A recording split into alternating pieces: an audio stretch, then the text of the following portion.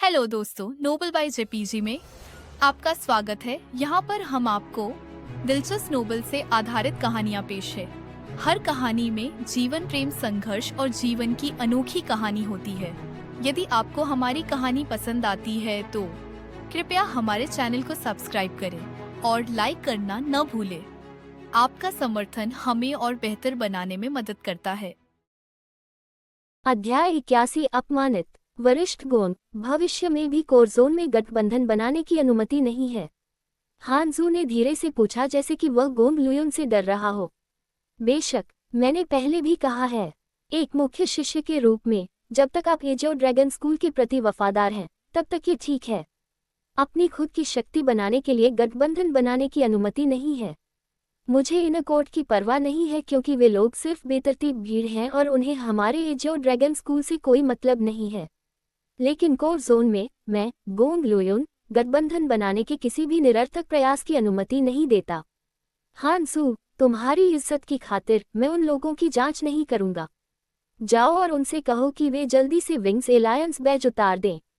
साथ ही भविष्य में विंग्स एलायंस के सदस्य अस्तित्व में नहीं रहेंगे। उनका सिर्फ एक ही दर्जा है और वह है कोर शिष्य होना। गोंग लुयुन का स्वर थोड़ा ठंडा था। मैं समझती हूँ, मैं अभी जाकर उन्हें बता दूंगी। हानजू ने धीमे होने की हिम्मत नहीं की और सिर हिलाकर वह चुफैंग और दूसरों की ओर चल दी। हानजू, मुझे तुम्हारी याद आ रही थी। जब हानजू करीब आए तो सू मेई ने उसे गले लगा लिया। हानजू भी मुस्कुराहट से भरी हुई थी और ऐसा लग रहा था कि उनका रिश्ता काफी अच्छा था।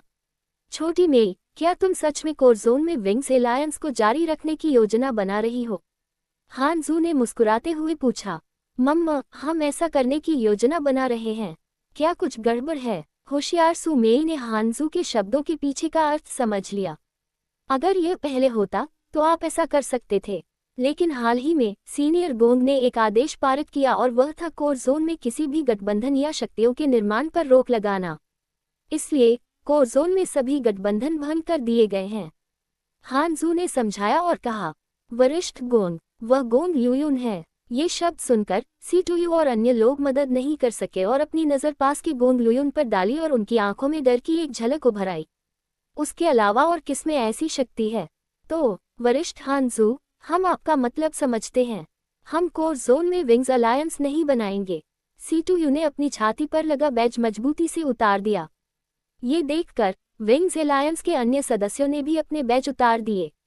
दूसरी ओर सू मेई ने भौहें सिकोड़ते हुए कहा, हानजू, क्या यह मुद्दा चर्चा योग्य नहीं है? छोटी मेई, मुझे पता है कि विंग्स एलायंस के साथ आपकी भावनाएं बहुत गहरी हैं, और ऐसा नहीं है कि मेरी भी गहरी भावनाएं नहीं हैं। लेकिन कोर जोन में स्थिति अलग है। यहाँ व्यक्तिगत ताकत ही मायने रखती है। गठबंधनों का उपयोग बहुत बड़ा नहीं है। किसी भी मामले में सीनियर गोंग पहले ही बोल चुके हैं और कौन इसका पालन न करने की हिम्मत करता है? हानजू ने ईमानदारी से समझाया। आखिरकार क्या गोंग लुयुन सिर्फ एक शिष्य नहीं है? वह अभी भी बड़ों के खिलाफ नहीं जाएगा, तो वह उन शब्दों को बोलने के लिए कैसे योग्य है? उस समय चुफैंग बोला। वह सू मेई को अच्छी तरह से समझता था और उसे ये भी स्पष्ट था कि सू मेई विंग्स एलायंस को कोर जोन में बने रहने देना चाहती थी। हालांकि उसे बारीकियों का पता नहीं था, लेकिन वह सू मेई के विचारों को जानता था। यही कारण था कि जब विंग्स एलायंस का उसके लिए कोई महत्व नहीं रह गया, तब भी उसने विंग्स एलायंस में बने रहने का फैसला किया। ये सू मेई के लिए था। ये है। चुफैंग की बात सुनकर हानजू ने भौहें सिकोड़ी और उसकी ओर एक अजीब नजर डाली। आह, मैं परिचय भूल गई। वह चुफैंग है और वह विंग्स एलायंस का सबसे नया सदस्य है। सू मेई ने जल्दी से परिचय कराया और कहा, ओह, ऐसा लगता है कि वह अभी भी काफी छोटा है और दुनिया के बारे में उसे कुछ भी पता नहीं है। अगर वह कुछ मुद्दों की गंभीरता को नहीं समझता है तो ये सामान्य बात है। छोटी मेई, मैं तुम्हें उसकी देखभाल करने दूंगा। याद रखना, विंग्स एलायंस को भंग कर दिया जाना चाहिए। ये शब्द कहने के बाद हानजू मुड़ा और जाने वाला था। वास्तव में मैं बहुत उत्सुक हूं कि तथाकथित गंभीरता कितनी गंभीर है। चुफैंग ने फिर से बात की, क्योंकि वह जो चीज बर्दाश्त नहीं कर सकता था वह थी अन्य लोग उसे धमकी दे रहे थे। ये शब्द सुनकर हानजू ने अचानक अपना सिर घुमाया, जैसे कि कुछ कहना चाहती हो। हालांकि जब उसने सू मेई को देखा तो उसने अपना सिर दबा लिया और कहा, छोटी मेई, यह मत कहो कि मैंने तुम्हें याद नहीं दिलाया। वर्तमान कोर जोन में कोई भी गोंग लुयुन के खिलाफ जाने की हिम्मत नहीं करता। इसलिए बेहतर होगा कि तुम विंग्स एलायंस को छोड़ दो। ये तुम दोनों के लिए भी अच्छी बात है। हानसू, क्या तुम मुसीबत में पड़ गए हो? ठीक उसी समय गोंग लुयुन की आवाज अचानक गूंजी। एजियो ड्रैगन स्कूल का एक शिष्य वहां आया। उस पल सीटुयू और अन्य लोगों के चेहरे काफी बदल गए। हालांकि वे अंदर के आंगन में गुस्से से पलटवार करते, लेकिन जब उनका सामना गोंग लुयुन से हुआ तो वे सच में डर गए। वरिष्ठ गोंग, कोई परेशानी नहीं है। मैं जूनियर्स के साथ बस थोड़ी बातचीत कर रहा हूँ, हानजू ने आधे मन से कहा। ओह, मेरी नज़र में यह इतना आसान नहीं लगता। गोंग लुयुन हल्के से मुस्कुराया, सू मेई और चू फैंग के सामने चला गया और फिर एक शांत स्वर में कहा, मुझे लगता है कि जो बात कही जानी चाहिए थी वह हानजू ने कही है। मैं सिर्फ तुम दोनों को ही विकल्प दे रहा हूँ। अगर तुम अपने सीने से बैज हटा दोगे तो मैं ऐसे पेश आऊंगा जैसे कुछ हुआ ही न हो। उन शब्दों को सुनकर सू मेई को कुछ हिचकिचाहट हुई, लेकिन फिर भी उसने धीरे से अपना हाथ उठाया और बैज उतारने के लिए तैयार हो गई, क्योंकि उसे पहले से ही स्पष्ट रूप से महसूस हो गया था कि गोंग लुयुन दयालु नहीं था। लेकिन ठीक उसी समय चू फैंग ने सू मेई का हाथ पकड़ लिया और फिर मुस्कुराते हुए गोंग लुयुन से कहा, वरिष्ठ गोंग, हमारा विंग्स एलायंस दूसरों को प्रभावित नहीं करेगा।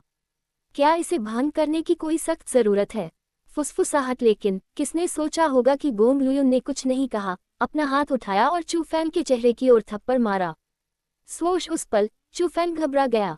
उसने जल्दी से इंपीरियल स्काई तकनीक का इस्तेमाल किया और उसके पैरों के नीचे की हवा ने उसे ऊपर उठा दिया। वह तुरंत गायब हो गया और 10 मीटर दूर फिर से प्रकट हुआ। यह आदमी बहुत तेज है। ये दृश्य देखकर सभी मुख्य शिष्य चौंक गए। कोई भी साधारण व्यक्ति गोंग लुयुन के हाथों से बच नहीं सकता था। हम्फ, गोंग लुयुन ने ठंडी सांस ली। उसका शरीर सीधा आगे बढ़ा और वह चू फैंग के पीछे भूत की तरह दिखाई दिया। उसका हाथ उसकी पीठ की ओर नीचे की ओर खींच गया। बकवास। उस पल चू फैंग को लगा कि एक शक्तिशाली शक्ति उसके शरीर को जकड़ रही है और वह भागने की शक्ति खो बैठा। गहन क्षेत्र के एक विशेषज्ञ का सामना करते हुए वह वास्तव में अभी भी बहुत कमजोर था। धमाका। चू फैंग की गर्दन को पकड़ने के बाद गोंग लुयुन ने अचानक उसे नीचे दबा दिया। उसने चू फैंग को जोर से जमीन पर दबा दिया और मजबूत शक्ति ने चू फैंग को चट्टानों में बुरी तरह से धंसा दिया। तुरंत उसके आसपास बड़ी दरारें दिखाई दी। तुम्हें ये याद रखना चाहिए, इस मुख्य क्षेत्र में कोई भी मेरे खिलाफ जाने की हिम्मत नहीं करता। जो लोग ऐसा करते हैं उनका अंत केवल एक ही होता है, वह है तुम्हारे जैसा बनना, कुत्ते की तरह जमीन पर घुटने टेकना। धक तेरी की। चू फैंग के हाथ जमीन की ओर धकेल रहे थे। उसने रहस्यमय तकनीक का इस्तेमाल किया और अपने शरीर को वापस ऊपर उठाने के लिए अपने पूरे शरीर की ताकत का इस्तेमाल किया, लेकिन उसकी गर्दन के पीछे की हथेली उसे एक विशाल पहाड़ की तरह दबा रही थी। खड़े होने की बात तो दूर, सांस लेना भी मुश्किल होता जा रहा था। वरिष्ठ गोंग, हम विंग्स एलायंस को भंग कर देंगे। हम इसे भंग कर देंगे, इसलिए कृपया उसे जाने दें। चट्टानों के भीतर डूबे चू फैंग को देखकर सू मेई डर के मारे रोने लगी। उसने अपनी छाती के सामने का बैज नीचे किया और भागकर गोंग लुयुन के सामने गिड़गिड़ाने लगी। ये जूनियर, भीख मांगने के शब्द तुम्हारे लिए बेकार हैं। मुझे चाहिए कि वह खुद मुझसे ये कहे। गोंग लुयुन ने बोलते हुए चू फैंग को चट्टानों से वापस ऊपर खींच लिया। पाह! लेकिन जैसे ही चू फैंग ने चट्टानों को छोड़ा, उसने अपना सिर घुमाया और कफ का एक बड़ा गोला गोंग लुयुन की ओर उड़ गया। अध्याय 82, युद्ध व्यवस्था। तारानकन फफ चमकता हुआ और चमकीला कफ ऐसा था मानो उसमें धूमकेतु की पूंछ हो। वह बिजली की गति से गोंग लुयुन के चेहरे की ओर उड़ रहा था। सब कुछ बहुत जल्दी हुआ। इसके अलावा इतनी दूरी और गोंग लुयुन की प्रतिक्रिया समय के साथ बहुत देर हो चुकी थी। एक धमाके के साथ कफ उसके चेहरे पर गिर गया। मैं तुम्हें मार डालूंगा। उसके चेहरे पर चिपचिपाहट को छूते हुए गोंग लुयुन ने पागलपन से अपनी मुट्ठी पकड़ ली और चू फैंग के मस्तिष्क की ओर फेंक दी। वह मुक्का कोई छोटी बात नहीं थी। उससे हवा भी फट गई और हवा की तेज आवाजें भी पैदा हुईं। उसके जमीन पर गिरने से पहले ही चू फैंग को उसका प्रतिरोध करने में कठिनाई हुई। उसके बाल बिखर गए और उसका चेहरा दबाव की शक्ति के विस्फोट से विकृत हो गया। अगर वह मुक्का जमीन पर गिरता तो चू फैंग की त्वचा तांबे की और हड्डियां लोहे की होने के बावजूद भी वह निश्चित रूप से चकनाचूर हो जाता। उस दृश्य को देखकर कुछ लोग ये सब बर्दाश्त नहीं कर पाए और उन्होंने अपनी आंखें बंद कर लीं। उन्हें लगा कि चू फैंग को शायद वहीं मार दिया जाएगा, लेकिन ऐसा नहीं हो सकता था। उसे गोंग लुयुन को नाराज करने के लिए किसने कहा था? एजियो ड्रैगन स्कूल में एक शिष्य का वहां बहुत ऊंचा स्थान था। हर कोई जानता था कि वह स्कूल का भावी प्रमुख था। स्कूल के भावी प्रमुख से पहले एक छोटे से मुख्य शिष्य का जीवन कैसा था? भले ही चू फैंग वास्तव में मारा गया हो, गोंग लुयुन को कोई सजा नहीं मिलेगी। अधिक से अधिक उसे डांट के कुछ शब्द मिलेंगे। लेकिन जो लोग ये सब देखने में असमर्थ थे, उनकी तुलना में उससे भी अधिक लोग थे जो उसकी पीड़ा को देखकर खुश हो रहे थे। न केवल उनके चेहरों पर सहानुभूति का एक भी निशान नहीं था, बल्कि वे इसके लिए बेहद उत्सुक थे। वे चू फैंग के मारे जाने का इंतजार कर रहे थे। वे हर जगह खून के छींटे देखने के लिए उत्सुक थे। वे खूनी दृश्य देखने के लिए उत्सुक थे। उन्हें लगा कि यह उचित ही था। एक शिष्य को अपमानित करने का परिणाम कुछ और नहीं बल्कि यही होना चाहिए, तारांकन टकराना। लेकिन जैसे ही सभी को लगा कि चू फैंग मर चुका है, एक सूखी हुई कंकाल जैसी हथेली अचानक प्रकट हुई। उसने गोंग लुयुन की कलाई पकड़ ली और उसकी मुट्ठी बंद कर दी। ये वही है। उस बदलाव ने सभी को चौंका दिया। जब लोगों ने देखा कि वह कौन था, तो वे बहुत हैरान हो गए। गोंग लुयुन को रोकने वाला व्यक्ति एक बूढ़ा आदमी था, जिसका शरीर पतला था, बाल कम थे और पीठ ऊंच जैसी थी। वह बिल्कुल एक जीवित मृत व्यक्ति की तरह था और यह काफी डरावना था।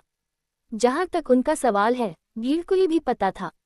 वह एक एल्डर थे जो एजियो ड्रैगन फ्लावर गार्डन की देखरेख करते थे और नए शिष्यों को प्राप्त करने के लिए जिम्मेदार थे। कोई भी उनका नाम नहीं जानता था, लेकिन सभी उन्हें एल्डरली कहकर बुलाते थे। कोर जोन में एल्डरली का स्थान बहुत ऊंचा नहीं था। ज्यादा से ज्यादा वह एक बूढ़ा आदमी था जो घंटियां बजाता था, इसलिए सभी एल्डर उसे नीची नज़र से देखते थे। यहाँ तक कि शिष्य भी उसे नीची नज़र से देखते थे और कोई भी उसे अपनी नज़रों में नहीं रखता था। लेकिन उनकी आंखों के सामने उसने गोंग लुयुन के मुक्का को स्वीकार कर लिया। स्वाभाविक रूप से ये सभी को चौंका देगा, क्योंकि उन्हें अचानक पता चल गया था कि जिस बुजुर्ग को वे नीची नज़र से देखते थे, वह कोई कमज़ोर व्यक्ति नहीं था। इसके बजाय वह एक मजबूत व्यक्ति था। कदम। क्रोधित गोंग लुयुन ने एल्डरली को कोई भाव भी नहीं दिया। रहस्यमय तकनीक का संचालन करते हुए उसने अपना हाथ हिलाया और एल्डर को दूर फेंकना चाहा, लेकिन ये कारगर नहीं हुआ। उसे आश्चर्य हुआ कि वह अपना हाथ भी नहीं हिला सकता था। बूढ़े आदमी के हाथ में उसकी कलाई मजबूती से बंधी हुई थी और वह उसे जरा भी नहीं हिला सकता था। गोंग लुयुन, एजियो ड्रैगन स्कूल में एक शिष्य के रूप में आपको अपने जूनियर्स की सुरक्षा करनी चाहिए। चीजों को संभालने का ये कैसा तरीका है? एल्डरली ने कहा कि न तो जल्दी से और न ही धीरे से। उनके चेहरे पर एक सौम्य मुस्कान थी, लेकिन यह मुस्कान काफी डरावनी थी। हालांकि उन्हें एल्डरली में इतनी ताकत की उम्मीद नहीं थी, लेकिन गोंग लुयुन ने इस मुद्दे को जाने नहीं दिया। उन्हें लगा कि एजियो ड्रैगन स्कूल में स्कूल के प्रमुख के अलावा केवल 6 रक्षक और एल्डर झुके ही उनके सम्मान के लायक थे। अन्य एल्डर योग्य नहीं थे। अगर यह सजा की बात है तो तुम पहले ही ऐसा कर चुके हो। इस मुद्दे को छोड़ दो। एल्डरली ने ठंडे अंदाज में मुस्कुराया और अचानक अपना हाथ हिलाया। गोंग लुयुन दूर फेंका गया और शक्तिशाली शक्ति ने उसे कुछ कदम पीछे धकेल दिया। ये बूढ़ा आदमी बहुत ताकतवर है। उस पल आसपास के शिष्य चौंक गए। उसने अभी अभी गोंग लुयुन के मुक्के को स्वीकार किया और इसका मतलब था कि उसकी साधना कमजोर नहीं थी, लेकिन उसके वर्तमान कार्यों का मतलब था कि उसकी ताकत बहुत मजबूत थी, या कम से कम गोंग लुयुन से ज्यादा मजबूत थी। गहन क्षेत्र। एजियो ड्रैगन स्कूल में गहन क्षेत्र के बुजुर्गों की संख्या 10 से ज्यादा नहीं थी, लेकिन हर व्यक्ति का एक महत्वपूर्ण स्थान और बेहद उच्च दर्जा था। वे मुख्य शिष्यों के सम्मान से भरे हुए थे, लेकिन इस एल्डर के पास इतनी ताकत थी तो उसे ऐसे तुच्छ और घटिया काम करने की क्या जरूरत थी? लोग ये बात समझ नहीं पाए। हालांकि आज से शिष्यों को एल्डरली के बारे में पूरी तरह से नई समझ मिली। तुम उसे बचा रहे हो। भीड़ के सामने फेंके जाने पर गोंग लुयुन को लगा कि अब उसका चेहरा नहीं रहा। उसका चेहरा बेहद ठंडा था। उसकी रक्षा नहीं कर रहा हूँ। बात बस इतनी है कि मैं नहीं चाहता कि कोई अच्छा बीज किसी के द्वारा मारा जाए। एल्डरली हल्के से मुस्कुराए। अच्छा बीज, आप उसके बारे में बहुत अच्छी राय रखते हैं। गोंग लुयुन ने ठंडी मुस्कान दी। भविष्य में आपको पता चल जाएगा कि यह व्यक्ति अच्छा है या नहीं। बात बस इतनी है कि आप अपने कई सालों के प्रशिक्षण पर भरोसा कर रहे हैं और उसकी अनुभवहीनता का फायदा उठा रहे हैं। कमोबेश आप में कुछ सद्गुणों की कमी है, सदाचार की कमी। आप ये कह रहे हैं कि मैं अपने लंबे वर्षों के अभ्यास का उपयोग उसके छोटे वर्षों के अभ्यास को धमकाने के लिए कर रहा हूँ। गोंग लुयुन और भी क्रोधित हो गया। वह खुद को एक साधना प्रतिभावान व्यक्ति मानता था और उसके आसपास के सभी लोग भी यही सोचते थे। किसी ने उससे ऐसा कहने की हिम्मत कब की थी?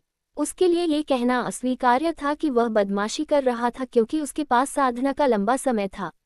अगर ऐसा नहीं तो क्या? एल्डरली ने ठंडी मुस्कान दी। ठीक है, मैं उसे 10 साल की सजा दूंगा। 10 साल में अगर वह फिर भी मुझसे नहीं जीत पाया तो मैं तुम दोनों को जमीन पर घुटने टेकने और अपनी गलतियों को स्वीकार करने के लिए कहूंगा। गोंग लुयुन वास्तव में क्रोधित था और उसने ऐसा कहते हुए बुजुर्ग की ओर इशारा किया। गोंग लुयुन का सामना करते हुए एल्डरली ने राहत भरी मुस्कान के साथ जवाब नहीं दिया। इसके बजाय उन्होंने चू फैंग की ओर देखा जो उनके बगल में था और पूछा, छोटे दोस्त, तुम क्या सोचते हो? 10 साल बहुत लंबा समय है। 1 साल काफी है, चू फैंग ने हल्के से मुस्कुराते हुए कहा। जब ये शब्द निकले तो दूसरों की तो बात ही छोड़िए, यहाँ तक कि एल्डरली जो उनके लिए बोल रहे थे वे भी बहुत हैरान हुए। 1 साल? क्या वह मुझे फंसाने की कोशिश कर रहा था? इससे कोई फर्क नहीं पड़ता कि वह हार गया, लेकिन अगर वह हार गया तो मुझे भी उसका अनुसरण करना होगा और घुटने टेकने होंगे। इस बात पर विचार करते हुए एल्डरली ने मुस्कुराते हुए जल्दी से पूछा, छोटे दोस्त, 1 साल का समय? क्या तुम निश्चित हो? 1 साल काफी है क्योंकि मैं, चू फैंग, हमेशा दुश्मनी का बदला लेता हूँ और मुझे इसमें बहुत देर करना पसंद नहीं है। चू फैंग ने दृढ़ता से उत्तर दिया। हाँ, कितना घमंडी बच्चा है। 1 साल हो गया, मत कहो कि मैं तुम्हें धमका रहा था। 1 साल बाद तुम्हें मुझे हराने की जरूरत नहीं है। जब तक तुम मेरे 3 हमलों को झेल लेते हो मैं कहूंगा कि तुम जीत गए हो। गोंग लुयुन ने चू फैंग की ओर इशारा किया और ठंडी मुस्कान दी। चू फैंग हल्के से मुस्कुराया और कहा, नहीं, 1 साल बाद मैं तुम्हें मार डालूंगा। अध्याय 83। किसी को भी मुझे धमकाने के बारे में सोचना भी नहीं चाहिए। आप जीवन या मृत्यु का मुकाबला चाहते हैं? गोंग लुयुन ने ठंडी मुस्कान दी। मैं जीवन या मृत्यु का मुकाबला चाहता हूँ। डर लग रहा है? चू फैंग ने पूछा। डर गए? क्या मैं तुमसे डर जाऊंगा? हाँ, बहुत मजेदार। गोंग लुयुन जोर से हंसा और उसकी हंसी असामान्य रूप से तेज थी। ऐसा लगा जैसे उसने दुनिया की सबसे मजेदार बात सुनी हो और फिर उसने अपने पीछे खड़ी भीड़ से कहा, आज मैंने इस व्यक्ति के साथ जीवन या मृत्यु की लड़ाई तय की है। 1 साल बाद उसी स्थान पर विजेता या हारने वाले का निर्धारण करने के लिए एक और लड़ाई होगी। अगर वह मेरे 3 हमलों को रोक सकता है तो मैं, गोंग लुयुन, बिना किसी शिकायत के यही उसका गला काट दूंगा। गोंग लुयुन के शब्द आक्रामक, सीधे और अतुलनीय रूप से अहंकारी थे। ये देखा जा सकता था कि वह आत्मविश्वास से भरा हुआ था। लेकिन सबसे अजीब बात यह थी कि लोगों ने उसके आत्मविश्वास को मंजूरी दे दी। ऐसा लग रहा था जैसे उस पल वे 1 साल बाद इसी जगह पर चू फैंग की दयनीय मौत देख सकते थे। 1 वर्ष, वह 1 वर्ष में क्या कर सकता था? यह उल्लेख करने की आवश्यकता नहीं है कि चू फैंग अभी भी आत्मा के दायरे में था, लेकिन भले ही वह मूल क्षेत्र में था, वह 1 वर्ष में गहन क्षेत्र में प्रवेश नहीं कर सकता था। इसके अलावा गोंग लुयुन को एजो ड्रैगन स्कूल में सार्वजनिक रूप से एक जीनियस के रूप में मान्यता प्राप्त थी। साल के भीतर उसकी ताकत और भी बढ़ जाने वाली थी। इसलिए सभी को लगा कि चू फैंग के जीतने की संभावना लगभग 0 थी। लेकिन 1 साल बाद यदि तुम मेरे 3 हमलों का सामना नहीं कर सके तो मैं तुम्हें मार डालूंगा और कोई भी तुम्हें बचा नहीं पाएगा। गोंग लुयुन ने चू फैंग की ओर इशारा किया और उग्रता से ये शब्द कहे। एक ठंडी सांस के बाद वह जल्दी से चला गया और उनके साथ आए लोग भी चू फैंग की ओर देखते हुए ठंडी मुस्कान के साथ उसका पीछा करने लगे। चू फैंग, क्षमा करें, यह मेरी गलती है। सू मेई चू फैंग के पास गई और चू फैंग के चेहरे पर खून के निशान देखकर वह अपने दिल में दर्द से फिर से रो पड़ी। कुछ नहीं, ये तो बस मामूली घाव है, इसलिए रो मत। चू फैंग ने सू मेई के आंसू पोंछे। उसके बाद उसने सीटू यो और आसपास खड़े अन्य लोगों की ओर देखा, मुस्कुराया, फिर कहा, डरने की कोई जरूरत नहीं है। चूंकि हम अब विंग्स एलायंस के सदस्य नहीं हैं, इसलिए हमारे बीच कोई रिश्ता नहीं है। मैं परेशानी नहीं फैलाऊंगा। चू फैंग, चू फैंग की ये बातें सुनकर सीटू यो और दूसरे लोगों के चेहरे बदल गए। दरअसल वे चू फैंग के पास जाने की हिम्मत नहीं कर पाए। दरअसल उन्हें डर था कि चू फैंग उन तक मुसीबत फैला देगा। किसने उसे एक शिष्य गोंग लुयुन को नाराज करने के लिए कहा था? तुम्हें मेरी तरफ इस तरह की बेपरवाही से देखने की जरूरत नहीं है। मुझे तुम्हारा कुछ भी नहीं देना है और तुम्हें मेरा कुछ भी नहीं देना है। अब से हम अजनबी हैं। चू फैंग ने सीटू यो और बाकी लोगों की ओर हाथ हिलाया। हालांकि उसके मुंह के कोने पर एक मुस्कान थी, लेकिन उसकी निगाहें असामान्य रूप से ठंडी थीं। उसे अपने आसपास झूठी दोस्ती की जरूरत नहीं थी। चू फैंग को ऐसे देखकर सीटू ने कोई हरकत नहीं की। चू फैंग को गहराई से देखने के बाद वे अपने रास्ते चले गए। उन्हें अपने और चू फैंग के बीच का रिश्ता खत्म करना था, नहीं तो उन पर मुसीबत आ जाएगी। छोटे दोस्त, 1 साल के समय में तुम गोंग लुयुन को हराने में कितने आश्वस्त होगे? ठीक उसी समय एल्डरली बोले, हे, मैं ईमानदार रहूंगा। वर्तमान में मैं 10% भी आश्वस्त नहीं हूँ। चू फैंग ने ईमानदारी से कहा, क्या तुम्हें 10% भी भरोसा नहीं है? फिर भी तुमने जीवन मृत्यु की लड़ाई शुरू करने की हिम्मत की। क्या तुम मुझे फंसाने की कोशिश कर रहे हो? एल्डरली ने तुरंत अपनी दाढ़ी उड़ाई और अपनी आंखें चमका लीं। हे, अभी आपकी मदद के लिए धन्यवाद, लेकिन हालांकि मैं अभी 10% भी आश्वस्त नहीं हूँ, 1 साल बाद मैं निश्चित रूप से 100% आश्वस्त हो जाऊंगा। चू फैंग ने मुस्कुराते हुए कहा, छोटे लड़के, इतना आत्मविश्वास कहाँ से आया? एल्डरली ने अपनी आंखें तिरछी करके चू फैंग की ओर देखा। मेरा आत्मविश्वास दबाव से आता है। 1 साल बाद अगर मैं नहीं जीता तो मैं मर जाऊंगा, इसलिए मुझे जीतना ही होगा। चू फैंग फिर मुस्कुराया, आजकल के युवा लोग। एल्डरली ने और कुछ नहीं कहा। उन्होंने अपने कॉस्मोस सेक से कागज का एक रोल निकाला, प्लाजा में घोषणा बोर्ड के सामने गए, कागज खोला और उसे वहां चिपका दिया। उसी समय बहुत से शिष्य वहां एकत्रित हो गए। वे जानना चाहते थे कि चू फैंग और दूसरे शिष्यों के परीक्षा परिणाम क्या थे, लेकिन वे सबसे ज्यादा ये जानना चाहते थे कि चू फैंग की प्रतिभा क्या है, क्योंकि उसने गोंग लुयुन को चुनौती देने की हिम्मत की थी। जब चू फैंग के परिणाम बोर्ड पर पोस्ट किए गए तो हर कोई दंग रह गया। अस्पष्ट प्रतिभा, इसका क्या मतलब था? इतने लंबे समय तक कोर जोन में रहने के बाद ये पहली बार था कि लोगों ने एक ऐसे व्यक्ति को देखा जिसकी प्रतिभा अस्पष्ट थी। वह परीक्षण पत्थर को सक्रिय करने में असमर्थ था, इसलिए स्वाभाविक रूप से उसकी प्रतिभा अस्पष्ट है। भीड़ के संदेह को समझते हुए एल्डरली ने मुस्कुराते हुए समझाया, क्या परीक्षण पत्थर को सक्रिय करने में असमर्थ? क्या इसका मतलब ये नहीं है कि उसके पास निम्न श्रेणी की प्रतिभा भी नहीं है? धिक्कार है। इतना सब करने के बाद अंत में वह सिर्फ कचरा है। हर कोई अंतहीन रूप से हैरान था। चू फैंग की ओर उनकी निगाहें और भी अधिक तिरस्कार से भरी हुई थी। एल्डरली ने भीड़ की राय के बारे में कुछ नहीं कहा। कागज के सभी 12 रोल पोस्ट करने के बाद उन्होंने अपनी आस्तीन लहराए और अपने पुराने महल में चले गए। ये बूढ़ा आदमी सचमुच सरल नहीं है। चू फैंग पहले तो उसे फिर से धन्यवाद देने जाना चाहता था, लेकिन एल्डरली को देखकर, जिसने उसकी तरफ देखा तक नहीं, वह नहीं गया। वह जानता था कि एल्डरली ने उसे बचाने के लिए कुछ योजनाएं बनाई थीं, लेकिन वह नहीं जानता था कि वे योजनाएं क्या थीं। अगर वह कृतज्ञता के और शब्द भी कहता तो वे बेकार होते। ऐसा इसलिए था क्योंकि कृतज्ञता शब्दों से नहीं कही जानी चाहिए, इसे कर्मों से दिया जाना चाहिए। चू फैंग को जो करना था वह था 1 साल में गोंग लुयुन को हराना। यह उसका धन्यवाद करने का सबसे अच्छा तरीका था। कम से कम इससे लोगों को पता चल जाता कि आज एल्डरली ने उसे बचाया, ये सही काम था। अनगिनत चर्चाओं के बीच, अनगिनत निगाहों के बीच, चू फैंग ने मुख्य शिष्य टोकन धारण किया और मुख्य क्षेत्र में अपने निवास की ओर चल पड़ा। शुरू से लेकर आखिर तक सुमेई हमेशा उसके साथ रही। उसे दूसरों की बातों की परवाह नहीं थी और वह सिर्फ दर्द भरे दिल से चू फैंग को देखती रही। इससे चू फैंग का दिल वाकई खुश हो गया। चू फैंग, यह मेरी गलती है कि मैंने तुम्हारे लिए परेशानी खड़ी की है। एजियो ड्रैगन स्कूल छोड़ो और मेरे परिवार की ओर चलो। मेरे परिवार को तुम्हारी रक्षा करने दो और उस गोंग लुयुन से मत लड़ो। महल में प्रवेश करने के बाद सुमेई ने जल्दी से बात की। तुम्हारा क्या मतलब है? तुम चाहते हो कि मैं एक कछुआ बन जाऊं जिसका सिर उसके खोल के अंदर छिपा हो? चू फैंग थोड़ा नाखुश था। हालांकि वह जानता था कि सुमेई के उसके लिए अच्छे इरादे ही थे, फिर भी वह असहज महसूस कर रहा था। आप गोंग लुयुन और उसके परिवार की पृष्ठभूमि या शक्ति को नहीं जानते। यह एजियो ड्रैगन स्कूल से छोटा नहीं है। वह एजियो ड्रैगन स्कूल में साधना के लिए इसलिए आया था ताकि एजियो ड्रैगन स्कूल का प्रमुख बन सके और इस स्थान पर कब्जा कर सके। चलो 1 साल बाद उस पर जीत की आपकी छोटी सी उम्मीद के बारे में बात नहीं करते। भले ही आप जीत जाएं, लेकिन आप उसे नहीं मार सकते। अगर आप ऐसा करते हैं तो उसका परिवार निश्चित रूप से आपको मार देगा। कुल मिलाकर इस तयशुदा लड़ाई में आपके जीतने की कोई उम्मीद नहीं है। वह और उसका परिवार आपको वह उम्मीद नहीं देंगे। सुमेई ने गंभीरता से कहा।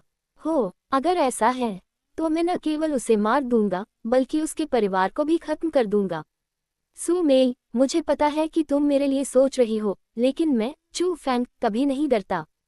चूंकि मैंने आज युद्ध की व्यवस्था करने का साहस किया है, इसलिए मैं अपनी बात पर कायम रहूंगा। भले ही मरने वाला व्यक्ति मैं ही क्यों न हो, मैं इसे स्वीकार करूंगा। मुझे मरने से डर नहीं लगता, लेकिन मैं कायरता से जीने से डरता हूँ। चूंकि गोंग लुयुन ने आज मुझे इस तरह अपमानित किया है, इसलिए मैं इस अपमान को 100 गुना वापस करूंगा। वरना मेरे जीने का क्या मतलब रह जाएगा? क्या मैं इस दुनिया में दूसरों द्वारा अपमानित होने के लिए जी रहा हूँ? नहीं, मैं, चू फैंग, एक ऐसा व्यक्ति हूँ जो धमकाया नहीं जाता। चाहे कोई भी हो, उन्हें मुझे पीटने के बारे में सोचना भी नहीं चाहिए। मैं अपमान का एक पल तो सह सकता हूँ, लेकिन मैं जीवन भर अपमान नहीं सह सकता। जो लोग मुझे धमकाते हैं, उन्हें इसकी कीमत चुकानी होगी। चूंकि गोंग लुयुन ने मुझे धमकाने की हिम्मत की, इसलिए मैंने उसे मारने की हिम्मत की। अगर उसका परिवार मुझे धमकाने की हिम्मत करता है, तो मैं उसके परिवार को खत्म कर दूंगा। अगर दुनिया में हर कोई मुझे धमकाने की हिम्मत करता है, तो मैं दुनिया में हर किसी का नरसंहार करूंगा।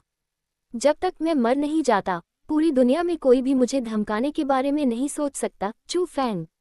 अध्याय 84, 100 परिवर्तनों का धनुष। चू फैंग की बातें सुनकर सू मेई अवाक रह गई। वह चू फैंग की ओर बहुत आकर्षित थी, उस तरह की भव्यता की ओर आकर्षित थी। एक अजीब सी भावना पैदा हुई। उसे लग रहा था कि चू फैंग झूठ नहीं बोल रहा था और वह वाकई वह सब कुछ कर सकता था जो उसने कहा था। छोटी मेई, मुझे पता है कि तुम सीटूयू और बाकी लोगों की तरह नहीं होगे, लेकिन सच तो यह है कि मैंने गोंग लुयुन को नाराज किया है। इसलिए मैं अपनी परेशानी तुम तक नहीं फैलाना चाहता। अचानक चू फैंग बोला। चू फैंग, तुम्हारा क्या मतलब है? जो कुछ भी हुआ, वह सब मुझसे ही शुरू हुआ। अगर मैं न होता, तो तुम कभी भी वे काम नहीं करते। मेरी वजह से तुम्हें इतनी बड़ी शिकायत झेलनी पड़ी। अगर मैं तुम्हें छोड़ देता, तो क्या मैं इंसान भी रह पाता? वास्तव में, गोंग लुयुन का कोर जोन में काफी प्रभाव है। लेकिन मैं, सू मेई, उससे नहीं डरती। सिर्फ एज और ड्रैगन स्कूल के अंदर ही नहीं, बल्कि बाहर भी, मैं उससे नहीं डरती। सू मेई ने दृढ़ता से कहा। सू मेई को ऐसा करते देख, चू फैंग को वास्तव में समझ नहीं आया कि क्या करना है। क्या सू मेई गोंग लुयुन से डरती थी? बेशक डरती थी। आखिरकार, कोर जोन में, ये गोंग लुयुन की दुनिया थी। यहाँ तक कि उसकी बड़ी बहन, सू रो भी गोंग लुयुन को नहीं हरा सकती थी। लेकिन शायद वह डर के कारण ही उन शब्दों को इतनी दृढ़ता से कह पाई। चू फैंग उसे अन्यथा समझाने में असमर्थ था क्योंकि वह सू मेई की दयालु भावनाओं को धोखा नहीं देना चाहता था। ठीक है, मुझे सच में नहीं पता कि तुम्हारे साथ क्या करना है। चूंकि यह ऐसा है, तो मेरे साथ मार्शल स्किल बिल्डिंग में आओ और एक नज़र डालते हैं। जरूर, मैं सिर्फ रैंक 5 कौशल विकसित करने के बारे में सोच रहा था। उसी क्षण, सू मेई उसी जीवंत और हंसमुख लड़की में बदल गई और उछलती कूदती हुई बाहर भागी। चू फैंग भी सड़क पर उसके पीछे पीछे चला आया। कोर जोन बहुत बड़ा था, लेकिन उसमें सिर्फ 2000 शिष्य थे। इसलिए जब कुछ हुआ तो खबर बहुत तेजी से फैली। उदाहरण के लिए, चू फैंग और गोंग लुयुन के बीच तय की गई लड़ाई कुछ ही समय में पूरे कोर जोन में फैल गई। इसके अलावा, चू फैंग की शक्ल और नाम पहले से ही घोषणा बोर्डों पर लगता हुआ था। इसलिए बहुत से लोगों को चू फैंग की छाप थी और मार्शल स्किल बिल्डिंग की ओर जाने वाले रास्ते पर चू फैंग को देखने वाले लगभग सभी लोग उसकी ओर इशारा करते थे और अंतहीन चर्चा करते थे। चू फैंग को पहले से ही उस स्थिति की उम्मीद थी, इसलिए उसने इस पर कोई ध्यान नहीं दिया। सू मेई भी वैसी ही थी और वे दोनों मार्शल स्किल बिल्डिंग में प्रवेश करते ही बातें करने लगे और हंसने लगे और अपनी पसंद के मार्शल स्किल चुनने लगे। हालांकि कोर जोन में martial skill building inner court की बिल्डिंग से बहुत छोटी थी क्योंकि इसमें केवल एक मंजिल थी, लेकिन ये बहुत परिष्कृत थी।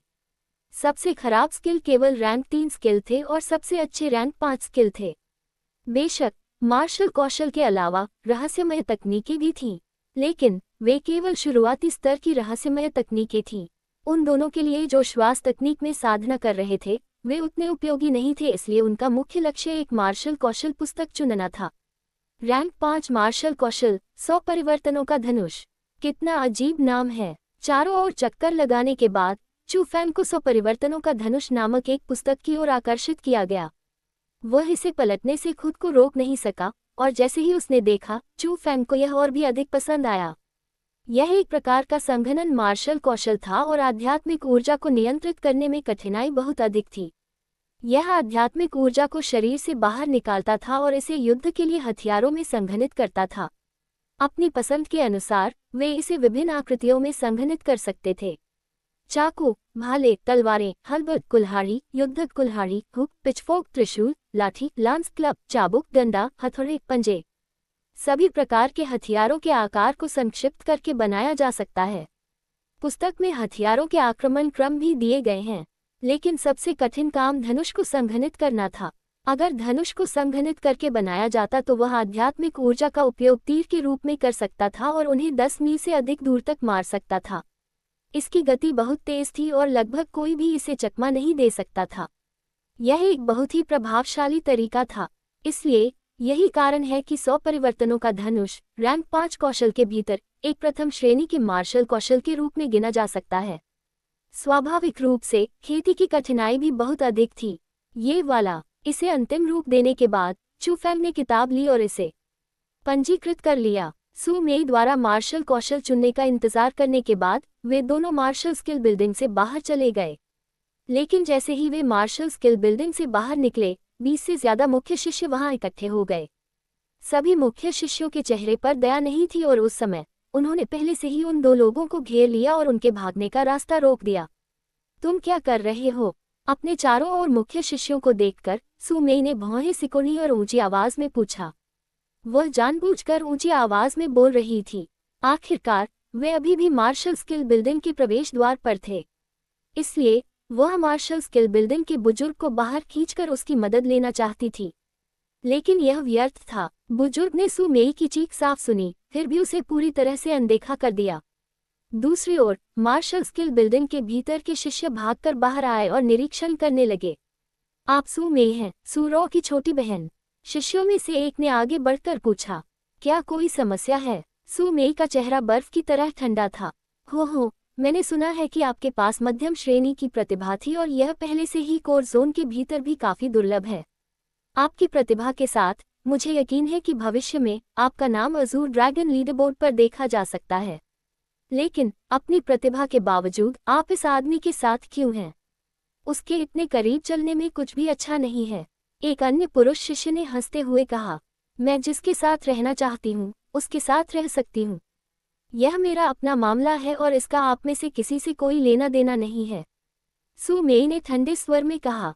हो सू मेई, मैं तुम्हें सिर्फ एक दयालु हृदय से सलाह दे रहा था, लेकिन मैंने कभी नहीं सोचा था कि तुम इतनी कृतघ्न हो जाओगी। चून की बात यहाँ तक पहुँच गई है, इसलिए मैं सच कहूँगा। चू फेंग ने सीनियर गोन को नाराज कर दिया है और वह कोर जोन में इस तरह से आगे नहीं बढ़ सकता। आज हम यहाँ इस घमंडी बदमाश को सीनियर गोन के लिए सबक सिखाने आए हैं। मुझे उम्मीद है कि तुम उससे थोड़ी दूर रहोगे, वरना तुम्हें नुकसान पहुंचाने के लिए दोषी नहीं ठहरा सकते। उस पुरुष शिष्य का चेहरा भी गहरा और ठंडा हो गया। आप मुझे गोंग लुयोन की मदद करने के लिए सबक दे रहे हैं, या आप मुझे सबक देने के बहाने के रूप में इसका उपयोग कर रहे हैं ताकि गोंग लुयोन का आप पर बेहतर प्रभाव पड़े? कचरा तो कचरा ही होता है। शायद तुम सभी गोंग लुयोन के जूते चाटने के लिए इस तरीके के बारे में सोच सकते हो, लेकिन मुझे डर है कि तुम ऐसा भी नहीं कर पाओगे। ठीक उसी समय चू फेंग अचानक ठंडी मुस्कान के साथ मुस्कुराया। उसने भीड़ की ओर जो नजर डाली वह तिरस्कार और अवमानना से भरी थी। हालांकि लोगों का समूह कमजोर नहीं था, लेकिन वे मजबूत भी नहीं थे। उनके पास सिर्फ आत्मा क्षेत्र के 8वें और 9वें स्तर की ताकत थी। आंतरिक प्रांगण में उन्हें निश्चित रूप से शीर्ष के रूप में गिना जाएगा, लेकिन मुख्य क्षेत्र में वे सबसे निचले स्तर पर अस्तित्व में थे। इसलिए चू फेंग को अंदाजा हो गया था कि वे क्यों मुसीबत की तलाश में थे। बिना किसी संदेह के वे इसका इस्तेमाल गोंग लुयोन का ध्यान आकर्षित करने और बेहतर प्रभाव पाने के लिए कर रहे थे। हालांकि उनकी ताकत के साथ चू फेंग ने उन्हें अपनी आंखों में भी नहीं देखा। अध्याय 85। हर जगह खतरा मंडरा रहा है। मैंने कभी नहीं सोचा था कि पहले से ही इतना अच्छा शो होने वाला है। ये कहना पहले से ही मुश्किल है कि चू फेंग 1 साल से ज्यादा जी पाएगा या नहीं। हाँ, सीनियर गोंग को अपमानित करने के बाद वह कोर जोन में कैसे जीवित रह सकता है? भले ही सीनियर गोंग हमला न करे, फिर भी कई लोग उसे परेशान करेंगे। उसकी वर्तमान ताकत के साथ इस जगह पर बने रहना वाकई बहुत मुश्किल है। जब उन्होंने अपने सामने का दृश्य देखा तो आसपास की भीड़ ठंडी मुस्कान के साथ मुस्कुराई। उन्हें लगा कि चू फैंग को आज पागलों की तरह पीटा जाएगा। आखिरकार चू फैंग की ताकत केवल आत्मा क्षेत्र के 7वें स्तर पर थी। कोर जोन में उसकी भयानक प्रतिभा के अलावा किसी भी एक व्यक्ति को ले लो और वे उसे इस हद तक पीट सकते हैं कि उसे जमीन पर अपने दांत ढूंढने पड़ेंगे। यही कारण था कि गोंग लुयुन के मातहतों ने चू फैंग पर अभी तक हमला नहीं किया था। उन्हें लगा कि चू फैंग बहुत कमजोर है और वह उनके हमले के लायक नहीं है। क्या तुम कूड़े के ढेर एक एक करके आओगे या सभी एक साथ? चू फैंग ने भीड़ पर नजर डाली और घृणा से कहा, कितना घमंडी बच्चा है। जाहिर है कि वह एक ऐसा कूड़ा है जिसके पास कम दर्जे की प्रतिभा भी नहीं है, फिर भी वह हमें कूड़ा कहने की हिम्मत करता है। अगर हम आज तुम्हें सबक नहीं सिखाएंगे तो तुम सच में नहीं जान पाओगे कि आसमान कितना ऊंचा है और जमीन कितनी गहरी है। मुख्य शिष्यों में से एक चू फैंग से बहुत नाराज था। वह आगे बढ़ा और एक शक्तिशाली हाथ चू फैंग की ओर बढ़ा। उसने सीधे हमला करना शुरू कर दिया। धमाका! लेकिन जैसे ही हाथ चू फैंग को छूने वाला था, चू फैंग के हाथ ने उसकी कलाई को कसकर पकड़ लिया। एक शक्तिशाली शक्ति ने उसे आधा इंच भी हिलने में असमर्थ बना दिया। उसने उस व्यक्ति के हमले को रोका। देखने वाली भीड़ को आश्चर्य हुआ। हालांकि चू फैंग पर हमला करने वाला व्यक्ति बहुत कमजोर था, लेकिन फिर भी वह आत्मा क्षेत्र के 8वें स्तर पर था। जिस व्यक्ति की वह देखभाल कर रहा था, चू फैंग, वह आत्मा क्षेत्र के सिर्फ 7वें स्तर पर था, इसलिए उसे पर्याप्त से ज्यादा होना चाहिए था। चू फैंग ने उसे इतनी आसानी से कैसे रोक दिया? फिर जब अगला दृश्य हुआ तो उनका आश्चर्य पूरी तरह से सदमे में बदल गया। चू फैंग ने अपने हाथ में थोड़ी ताकत लगाई और अचानक नीचे खींच लिया। एक तड़कती हुई आवाज के साथ मुख्य शिष्य का हाथ चू फैंग द्वारा तोड़ दिया गया। अभी उसका काम पूरा नहीं हुआ था। चू फैंग ने अपना पैर उठाया और उस व्यक्ति के बाएं घुटने पर लात मारी। एक और तड़क भड़क की आवाज आई और उस व्यक्ति का बायां पैर टूट गया। फिर वह दर्द से चीखते हुए जमीन पर लौटने लगा। तारानकन फफ! जैसे ही वे चौंके, चू फैंग ने भूत की तरह एक शिष्य के सामने गोली चलाई। उसने अपनी मुट्ठी से वार किया और यह उस व्यक्ति के चेहरे पर जोरदार तरीके से लगी, जिससे उसका जबड़ा टूट गया। इस कमीने को अपंग कर दो! ये देखकर कि पलक झपकते ही 2 लोग गिर गए। मुख्य शिष्यों का समूह पूरी तरह से क्रोधित हो गया। उन्होंने एक साथ हमला किया और वे सभी चू फैंग की ओर लपके। बढ़िया टाइमिंग है। जब चू फैंग ने समूह के हमले का सामना किया जिसमें सभी प्रकार के मार्शल कौशल और हर तरह की शक्ति शामिल थी, तो वह केवल ठहाके लगाकर हंसा। चू फैंग की आंखों में बिजली की एक किरण चमकी और तुरंत उसका शरीर बिजली के सांपों से ढक गया। तारानकन बीज टिल्ड। बिजली हर दिशा में चमक रही थी और ऐसा लग रहा था जैसे सूरज गिर रहा हो। तेज रोशनी ने दर्शकों की आंखें बंद कर ली और तेज रोशनी ने उन्हें लगातार पीछे हटने पर मजबूर कर दिया। जब उन्हें लगा कि शक्ति वापस ले ली गई है, तो वे अपनी आंखें खोलने से खुद को रोक नहीं पाए। जैसे ही उन्होंने अपना ध्यान केंद्रित किया और देखा, उनके चेहरे काफी बदल गए और उनकी आंखें और मुंह पूरी तरह से खुल गए। चू फैंग पर हमला करने के लिए घेर लिए गए 20 या उससे ज्यादा लोग जमीन पर पड़े थे। उनके शरीर काले पड़ चुके थे और वे हल्के से भी नहीं जले थे। वे इस समय दर्द से कराहते हुए करवटें बदल रहे थे। उन्होंने अपना ध्यान फिर से चू फैंग पर केंद्रित किया और उसका एक भी बाल क्षतिग्रस्त नहीं हुआ था। उसके कपड़ों पर धूल तक नहीं थी। वह घृणा से चिल्लाते हुए लोगों को देख रहा था और उसने ठंडे स्वर में कहा, तुम मुझे सबक सिखाने के योग्य नहीं हो।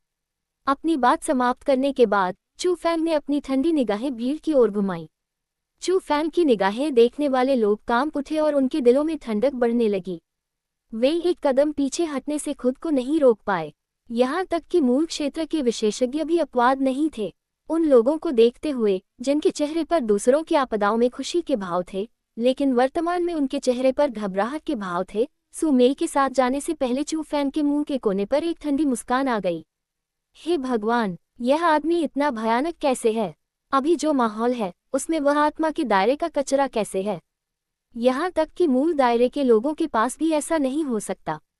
केवल इतना ही नहीं, उसने जो कौशल इस्तेमाल किया वह महज रैंक 5 का कौशल नहीं था, ऐसा लग रहा था। कैसा? उस कौशल की अकड़ से ये 3 थंडर शैलियों से संबंधित होना चाहिए। 3 थंडर स्टाइल्स, ये कैसे संभव है? 3 थंडर स्टाइल्स केवल रैंक 4 मार्शल कौशल है, लेकिन यह भी स्पष्ट रूप से रैंक 5 कौशल था। ये सही है, 3 थंडर स्टाइल्स वास्तव में रैंक 4 कौशल है, लेकिन आपको पता होना चाहिए कि अगर कोई थ्री थंडर स्टाइल्स की तीसरी शैली में महारत हासिल कर लेता है तो ये रैंक 5 कौशल होगा। आपका मतलब है, उस पल लोगों ने आगे सोचने की हिम्मत भी नहीं की। आखिरकार आज तक केवल एजियो ड्रैगन स्कूल के संस्थापक ने ही 3 थंडर शैलियों में पूरी तरह से महारत हासिल की है। इससे पहले अनगिनत लोगों ने इसकी साधना की थी, लेकिन कोई भी इसमें पूरी तरह से महारत हासिल नहीं कर सका। लेकिन अभी ऐसा लग रहा था कि चू फैंग ने इस महान कौशल में महारत हासिल कर ली है, तो लोग इससे हैरान क्यों नहीं होंगे। हे, ऐसा लगता है कि यह आदमी सरल नहीं है। कोई आश्चर्य नहीं कि उसने गोंग लुयुन को भड़काने की हिम्मत की। अभी जो कौशल दिखाया गया है वह थ्री थंडर स्टाइल्स में से तीसरी शैली का रहा होगा। मैंने कभी नहीं सोचा था कि उसने इसे इस हद तक विकसित किया होगा। ऐसा लगता है कि लेंग वुजुई जिस व्यक्ति को हमें ढूंढना चाहता है वह वही है। ठीक उसी समय मार्शल स्किल बिल्डिंग के बाहर एक निश्चित स्थान पर एक पुरुष और एक महिला प्रकट हुए। उन्होंने चू फैंग की पीठ की ओर देखा जो जा रहा था और उनकी आंखों में ठंडी चमक उभर आई। देखो, क्या ये सीनियर गाओ ले और लियू बिंग नहीं है? वे दोनों पहले एजियो ड्रैगन लीडरबोर्ड पर थे। लेंग वुजुई से हारने के बाद उन्होंने अपनी मर्जी से लीडरबोर्ड से अपना नाम हटा दिया। मैंने सुना है कि लेंग वुजुई से हारने के बाद किसी कारण से उन्होंने उसका अनुसरण करना चुना। आज तक वे अभी भी लेंग वुजुई के लिए काम कर रहे हैं, इसलिए वे बहुत कम ही एजियो ड्रैगन स्कूल में दिखाई देते हैं। क्या ऐसा है? हारने के बाद उन्होंने उसका पीछा करना चुना। इसका मतलब है कि लेंग वुजुई कोई साधारण व्यक्ति नहीं है। बेशक लेंग वुजुई एजियो ड्रैगन स्कूल में एकमात्र शिष्य है जिसके पास आध्यात्मिक शक्ति है। हालांकि उसकी प्रतिभा गोंग लुयुन जितनी ऊंची नहीं है, लेकिन उसके पास आध्यात्मिक शक्ति है जो गोंग लुयुन के पास नहीं है। हाँ, वह अभी सिर्फ 19 साल का है और एजियो ड्रैगन लीडरबोर्ड पर तीसरे स्थान पर है। इस विषय पर एजियो ड्रैगन स्कूल में हमारा #2 जीनियस वास्तव में उस स्थान पर रहने के लायक नहीं है, इसलिए मेरा मानना है कि एजियो ड्रैगन लीडरबोर्ड में दूसरा स्थान जल्द या बाद में उसका होगा। जैसे ही उन्होंने लेंग वुजुई का जिक्र किया, शिष्यों के चेहरे पर प्रशंसा की भावना उभर आई। आखिरकार वह गोंग लुयुन के बाद सार्वजनिक रूप से मान्यता प्राप्त एक और प्रतिभाशाली व्यक्ति था। चू फैंग के मार्शल स्किल बिल्डिंग छोड़ने के बाद वह सुमेई से अलग हो गया, लेकिन अपने घर वापस नहीं लौटा। उसने एजियो ड्रैगन स्कूल छोड़ दिया और व्यक्तिगत रूप से अपने मुख्य शिष्य बनने की खुशखबरी वापस लाना चाहता था। वह अपने लीनिंग माउंटेन टाउन में एजियो ड्रैगन बैनर को व्यक्तिगत रूप से छुरा घोंपना चाहता था। हालांकि चू फैंग को यह नहीं पता था कि जिस समय उसने एजियो ड्रैगन स्कूल छोड़ा था, 2 मूल क्षेत्र के मुख्य शिष्य चुपचाप उसका पीछा कर रहे थे। अध्याय 86 रहस्यमय विशेषज्ञ। कोर जोन के भीतर एक निश्चित निवास के भीतर एक फूल बगीचे में लेंग वुजुई वर्तमान में एक भयंकर जानवर को खिला रहा था। ये रैंक 9 का भयंकर जानवर था और यह हाथी जितना बड़ा था। यह एक गोरिल्ला जैसा दिखता था, लेकिन इसके तीखे दांत बहुत भयंकर थे। हालांकि लेंग वुजुई के सामने भयंकर जानवर असामान्य रूप से प्यारा था। वह बस आज्ञाकारी रूप से जमीन पर पड़ा खाना खा रहा था और उसने लेंग वुजुई पर हमला नहीं किया। उसने लेंग वुजुई को अपने फर को सहलाने भी दिया और उसने कोई प्रतिक्रिया नहीं की। ऐसा नहीं था कि भयंकर जानवर में आध्यात्मिक प्रकृति थी और उसने अपनी हिंसक प्रवृत्ति खो दी थी। ये सिर्फ लेंग वुजुई की शक्ति से गहराई से दबा हुआ था और उसका पालतू बन गया था। एक पालतू जो शक्ति से वशीभूत था। जूनियर लेंग, जिस व्यक्ति को तुम ढूंढना चाहते थे वह मिल गया है। गाओ ले और लियू बिंग लेंग वुजुई के पीछे खड़े होकर बातें कर रहे थे। उनके प्रति उनका रवैया सम्मानजनक और थोड़ा डरा हुआ भी था। उस लड़के की पृष्ठभूमि क्या है? जैसे ही लेंग वुजुई भयंकर जानवर के साथ खेल रहा था, उसने बात की और सवाल किया। उसने अपना सिर भी नहीं घुमाया। उसे चू फैंग कहा जाता है और वह आज केवल 15 वर्ष का है। वह लीनिंग माउंटेन टाउन में स्थित चू परिवार से आया था और उसके पास आत्मा क्षेत्र के 7वें स्तर की साधना है। आज वह कोर जोन में प्रवेश कर गया और एक कोर शिष्य बन गया। लेकिन वह काफी आक्रामक था और उसका गोंग लुयुन के साथ झगड़ा हुआ था, इसलिए गोंग लुयुन ने चू फैंग को सबक सिखाया। अगर वह एजियो ड्रैगन फ्लावर गार्डन की देखरेख करने वाले एल्डरली के लिए नहीं होता तो वह पहले ही मर चुका होता। गाओ ले ने बताया। एल्डरली, उसने बीच में टोका। एल्डरली का नाम सुनकर लेंग वुजुई की नजरें चमक उठी। हाँ, ये बिल्कुल वैसा ही था जैसा तुमने कहा था। एल्डरली ने वास्तव में अपनी ताकत छिपाई थी और वह कम से कम गहन क्षेत्र का विशेषज्ञ तो है ही। लियू बिंग ने जल्दी से कहा। बेशक, वह इसे दूसरों से छिपा सकता है, लेकिन वह मेरे दृश्यों से बच नहीं सकता। मेरी आत्मा शक्ति ने पहले ही पता लगा लिया था कि वह सरल नहीं था। हालांकि वह चू फैंग को क्यों बचाएगा? क्या उनके बीच कोई संबंध है? लेंग वुजुई गहरी सोच में डूब गया। मुझे संदेह है, चू फैंग की पारिवारिक पृष्ठभूमि बहुत सामान्य है। इसके अलावा उसने 1 साल बाद गोंग लुयोन के साथ जीवन या मृत्यु का मुकाबला तय किया। भले ही हम उसका ख्याल न रखें, 1 साल बाद गोंग लुयोन फिर भी उसका वध कर देगा। गाओ ले ने आगे कहा, ओह, वह बहुत घमंडी लड़का है, लेकिन उसे जल्दी से निपटाया जाना चाहिए। इसमें देरी नहीं की जा सकती। लेंग वुजुई ने गंभीर स्वर में याद दिलाया, चिंता मत करो, वह पहले ही एजो ड्रैगन स्कूल छोड़ चुका है और चू परिवार में वापस आ गया है। उसे व्यक्तिगत रूप से एजो ड्रैगन बैनर को अपने परिवार में वापस लाना चाहिए। आखिरकार चू परिवार केवल एक छोटी शक्ति है और एजो ड्रैगन बैनर उनकी बहुत मदद करेगा। हमने झाओशी भाइयों को पहले ही उसे गुप्त रूप से मारने के लिए भेज दिया है। हालांकि उस लड़के के पास कुछ तरीके हो सकते हैं, लेकिन झाओशी भाई मूल क्षेत्र के तीसरे स्तर पर हैं। उनके समन्वय के साथ उस लड़के को खत्म करने के लिए यह पर्याप्त से अधिक है। लियू बिंग ने समझाया। कमीने, ये शब्द सुनकर लेंग वुजुई न केवल खुश नहीं हुआ, बल्कि उसे गुस्सा भी आया। वह अचानक खड़ा हुआ, दोनों की ओर इशारा करते हुए डांटा, क्या तुम नहीं जानते कि लंबी रातें मतलब ज्यादा सपने क्या कहते हैं? या तुम इस छोटी सी बात को करने के लिए बहुत आलसी हो और मुझे व्यक्तिगत रूप से जाने की जरूरत है? लेंग वुजुई को इस तरह देखकर गाओ ले और लियू बिंग के चेहरे पर बहुत ज्यादा बदलाव आ गया। वे डरकर पीछे हट गए और फिर एक साथ बोले, हम अभी जाकर उसे खत्म कर देंगे। गाओ ले और लियू बिंग ने जल्दी से एजो ड्रैगन स्कूल छोड़ दिया। वे दोनों तेज घोड़ों पर सवार थे और पागलों की तरह चू परिवार की ओर दौड़ रहे थे। लियू बिंग के हाथ में एक त्रिकोणीय पीला ताबीज था। ताबीज की रोशनी कमजोर थी। जैसे जैसे वे दोनों आगे बढ़ते गए, रोशनी और भी तेज होती गई। ये देखकर लियू बिंग ने थोड़ा भौहें सिकुड़ी, अचानक घोड़े को रोका और घबरा कर कहा, कुछ गड़बड़ है क्या? ये देखकर गाओ ले भी घबरा गया। ये झाओशी भाइयों के शरीर पर स्थित स्थान निर्धारण तावीज है। उन्हें चू फैंग का पीछा करना चाहिए था और जब वह एजो ड्रैगन स्कूल की सीमा से बाहर निकला तो उस पर हमला करना चाहिए था। लेकिन अभी ये तावीज जिस स्थान को दिखा रहा है, उसका मतलब है कि वे आसपास ही हैं। लियू बिंग ने समझाया, तो इसका मतलब है। ये शब्द सुनकर गाओ ले भी भौचक्का हो गया और असहज हो गया। हुश हुश वे दोनों घोड़े से उतर गए और ताबीज के संकेत के अनुसार आसपास खोजने लगे। बहुत जल्दी वे दोनों एक जंगल में घुस गए और ताबीज की रोशनी तेज होती गई। अब ये टिमटिमाना बंद हो गया और लगातार रोशनी देने लगा। जब वे दोनों जंगल में 2000 मीटर अंदर घुसे तो उन्हें झटका लगा कि उनके सामने 2 शव पड़े हैं। वे झाड़ियों के बीच पड़े थे और दोनों लोगों ने साधारण कपड़े पहने हुए थे, लेकिन उनके चेहरे देखकर उन्हें पता चला कि वे झाओशी भाई थे। लेकिन उस समय उन दोनों की सांसें थम सी गई थीं। सबसे अजीब बात यह थी कि उन दोनों के शरीर पर एक भी घाव नहीं था। गाओ ले नीचे झुका और अपना हाथ उनकी छाती पर दबाया।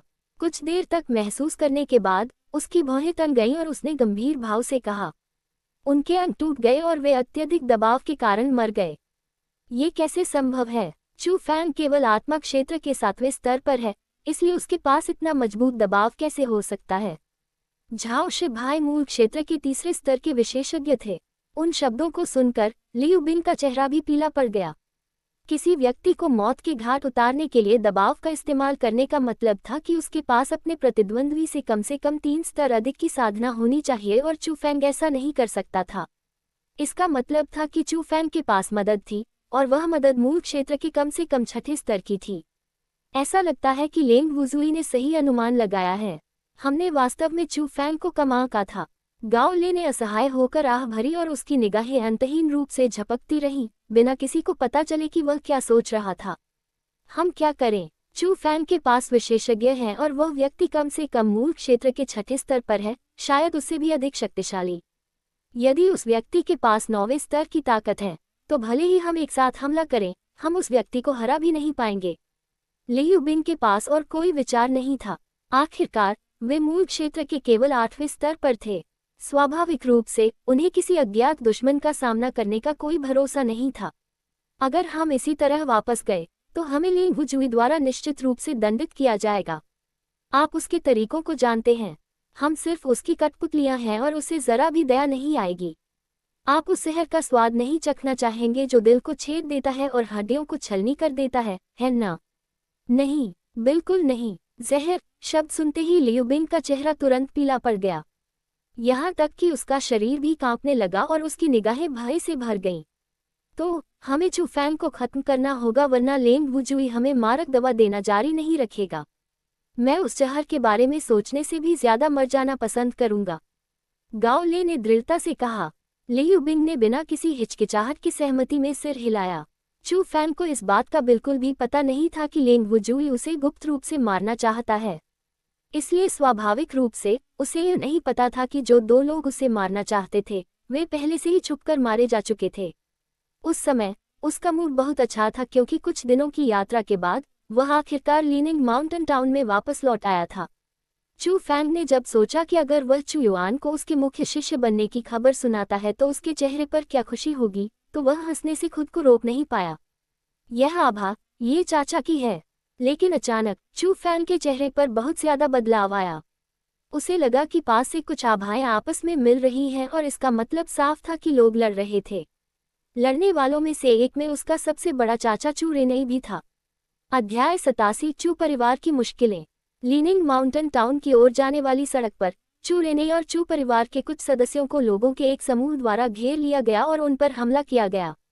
उस समय चू परिवार के ज्यादातर सदस्यों को गंभीर चोटें लगी थीं और वे सड़क के किनारे पड़े थे। उनमें से कुछ की चोटें बहुत गंभीर थीं, इसलिए उनकी मृत्यु हो गई। केवल चू रेनई जो आत्मा क्षेत्र के 8वें स्तर पर था, दर्द से खुद को संभाल पाया।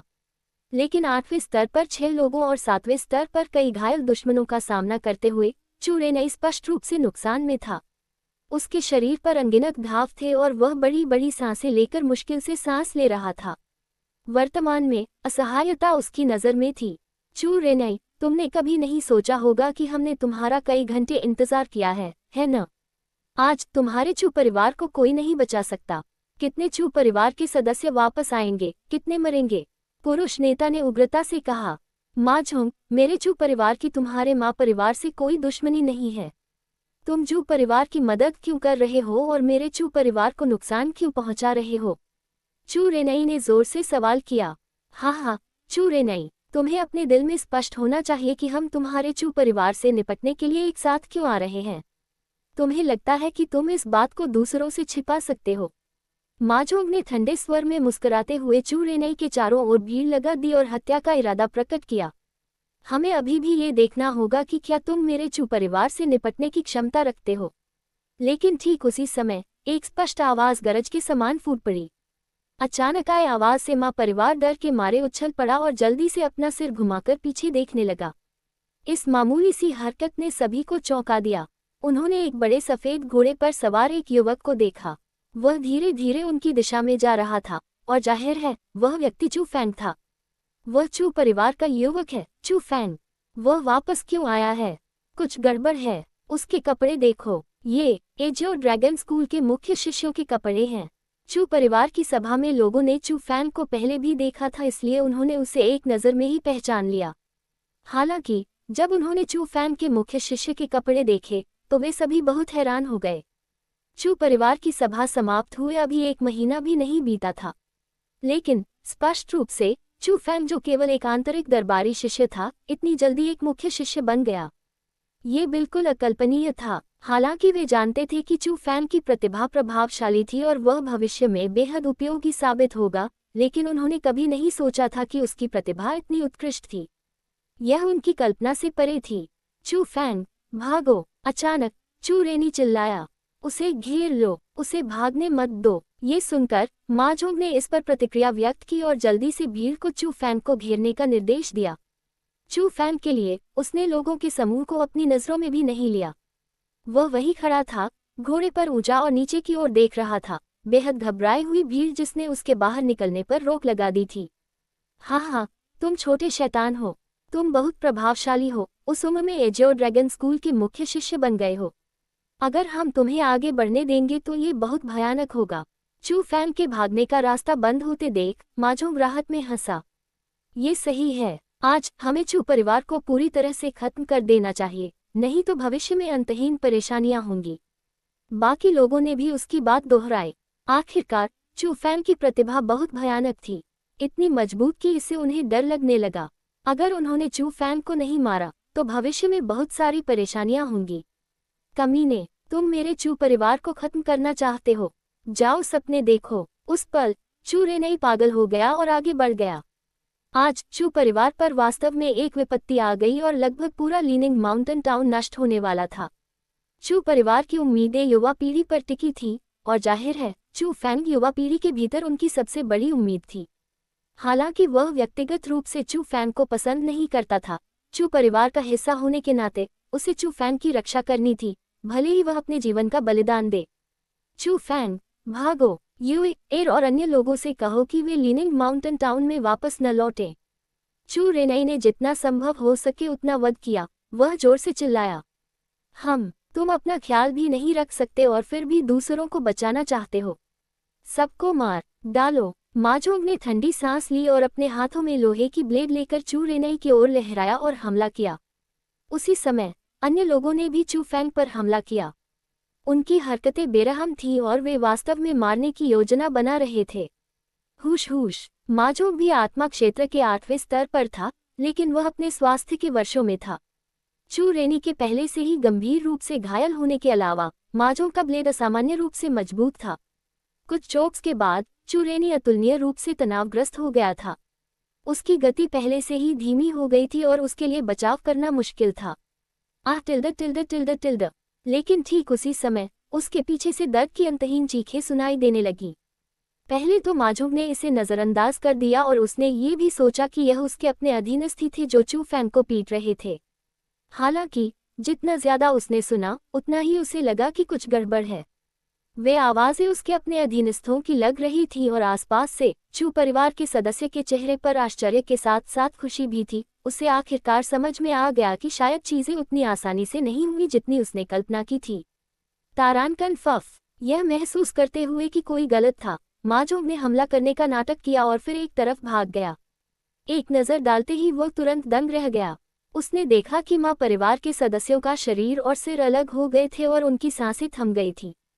उसने देखा कि चू फैंग का शरीर खून से लथपथ था, फिर भी उसे कोई खरोंच नहीं आई क्योंकि उसने माँ परिवार के सदस्य की लाश पर पैर रखा था। वह अपने हाथों पर लगे खून के धब्बों को उनके कपड़ों से पोंछ रहा था और माजोंग की निगाहों को महसूस करते हुए वह अपना सिर घुमाए बिना नहीं रह सका और उसने एक दुष्ट मुस्कान प्रकट की। तू उस पल माजोंग का चेहरा डर से पीला पड़ गया और वह जल्दी से कुछ कदम पीछे हट गया। उसके हाथ में मौजूद ब्लेड भी जमीन पर गिर गया। वह लड़खड़ाकर जमीन पर गिर पड़ा। उसने कभी नहीं सोचा होगा कि माँ परिवार के कई विशेषज्ञों को चू फैंग द्वारा तुरंत मार दिया जाएगा। उसके तरीके इतने क्रूर थे कि उन सभी के सिर काट दिए गए। उसके सामने खड़ा युवक ऐसा कैसे लग रहा था जैसे उसे दुनिया का कोई अनुभव ही नहीं था। वह तो बस एक राक्षस था जिसके पास क्रूर तरीके थे। उसका दिल ठंडा था और वह बिना पलक झपकाए ही हत्या कर देता था। खास तौर पर जब चू फैंग ने उसकी ओर देखा और उसके शरीर से हत्या की मंशा को दिखाया तो दमन ने उसे लगभग दम घोंट दिया। चू फैंग ने माजोंग की प्रतिक्रियाओं पर ध्यान नहीं दिया। वह एक एक कदम आगे बढ़ा और उसने वह ब्लेड उठा लिया जिसे माजोंग ने फर्श पर गिरा दिया था। कुछ देर तक उसे देखने के बाद उसने कहा, बढ़िया ब्लेड है। फुसफुसाहट इससे पहले कि वह बोलना समाप्त भी करता, एक ठंडी रोशनी चमकी और खून की धार बहने लगी। माजोंग को चिल्लाने का मौका भी नहीं मिला और उसका सिर जमीन पर गिर गया। उस दृश्य को देखकर चू रेनई और चू परिवार के सदस्य भी डर से कांप उठे। उनके माथे पर ठंडे पसीने की बूंदें उभर आईं। जो कुछ भी हुआ वह बहुत ही अकल्पनीय था। चू फैंग की ताकत इतनी मजबूत थी कि वह आत्मा क्षेत्र के 8वें स्तर के लोगों को एक छोटी सी लड़की को मारने की तरह मार सकता था। अपनी उम्र के साथ वह इतना निर्दयी कैसे हो सकता था? आखिरकार चू फैंग अभी भी एक युवा व्यक्ति था जो 15 साल का था। यहाँ तक कि बड़े वयस्क भी ये सब करने में सक्षम नहीं हो सकते थे। चाचा, क्या हुआ? चू फैंग ने ब्लेड को एक तरफ फेंक दिया और जल्दी से पूछा। वह बता सकता था कि चू परिवार मुश्किलों में फंस गया है। फैंगर, बहुत बड़ी तबाही हुई है। चू फैंग के सवाल के बाद चू रेनई अपने सदमे से उबर पाया और उसने भावनात्मक रूप से सब कुछ समझाया। अध्याय 88 मरना। तो ऐसा हुआ कि जब चू फैंग और दूसरे लोग चले गए तो चू परिवार में कुछ बहुत बड़ी घटना घटी। पहाड़ पर खनन क्षेत्र में एक दुर्लभ काले लौह अयस्क की खुदाई की गई। अधिक खोजबीन के बाद उन्हें पता चला कि अयस्क की मात्रा बहुत ज्यादा थी। काला लौह अयस्क हथियार बनाने के लिए सबसे अच्छी सामग्री थी। इसका मूल्य सोने के अयस्क से भी अधिक था और वह खदान एक बेहद कीमती खनिज भंडार था। इससे चू परिवार का मुनाफा कई सौ गुना बढ़ सकता था। इसलिए जब काले लौह अयस्क की खोज हुई तो चू परिवार के खुश होने के साथ ही उन्होंने गुप्त रूप से अयस्क निकालना भी शुरू कर दिया और सख्त गोपनीयता उपाय अपनाए गए। लेकिन दुनिया में ऐसी कोई दीवार नहीं थी जो हवा को अंदर न आने दे। किसी को नहीं पता था कि काले लोहे के अयस्क की खबर किसने फैलाई, लेकिन जब सूचना बहुत जल्दी लीक हुई तो इसने पड़ोसी शहर की शक्तियों की ईर्ष्या को आकर्षित किया। चू परिवार के दुश्मन शू परिवार के नेतृत्व में वे पहाड़ी क्षेत्र के दो सबसे मजबूत परिवारों मा परिवार और वान परिवार के साथ एकजुट हो गए। साथ में उन्होंने चू परिवार पर हमला किया और वे काले लोहे की खदान को अपने बीच बराबर बांटना चाहते थे। चू रेनेई मूल रूप से शहर के बाहर व्यवसाय संभाल रहा था। जब उसे खबर मिली तो वह तुरंत वापस आ गया, लेकिन उसने कभी नहीं सोचा होगा कि वह मा परिवार के घात का सामना करेगा। अगर चू फैंग समय पर नहीं आता तो वह निश्चित रूप से मारा जाता। ये चू परिवार जीने से थक गया होगा। ये सुनकर चू फैंग ने गुस्से में अपने दांत पीस लिए। उसकी निगाहों से हत्या का इरादा हवा में भर गया और घोड़े पर चढ़े बिना ही वह सीधे आगे बढ़ गया और पागलों की तरह चू परिवार की दिशा में भाग गया। फैंगर, मत जाओ, ये बहुत खतरनाक है। ये देखकर चू रेनेई ने जल्दी से उसे रोकने के लिए कहा, लेकिन ये सब व्यर्थ था। चू फैंग की गति बहुत तेज थी और हवा के झोंके के साथ चू फैंग गायब हो गया।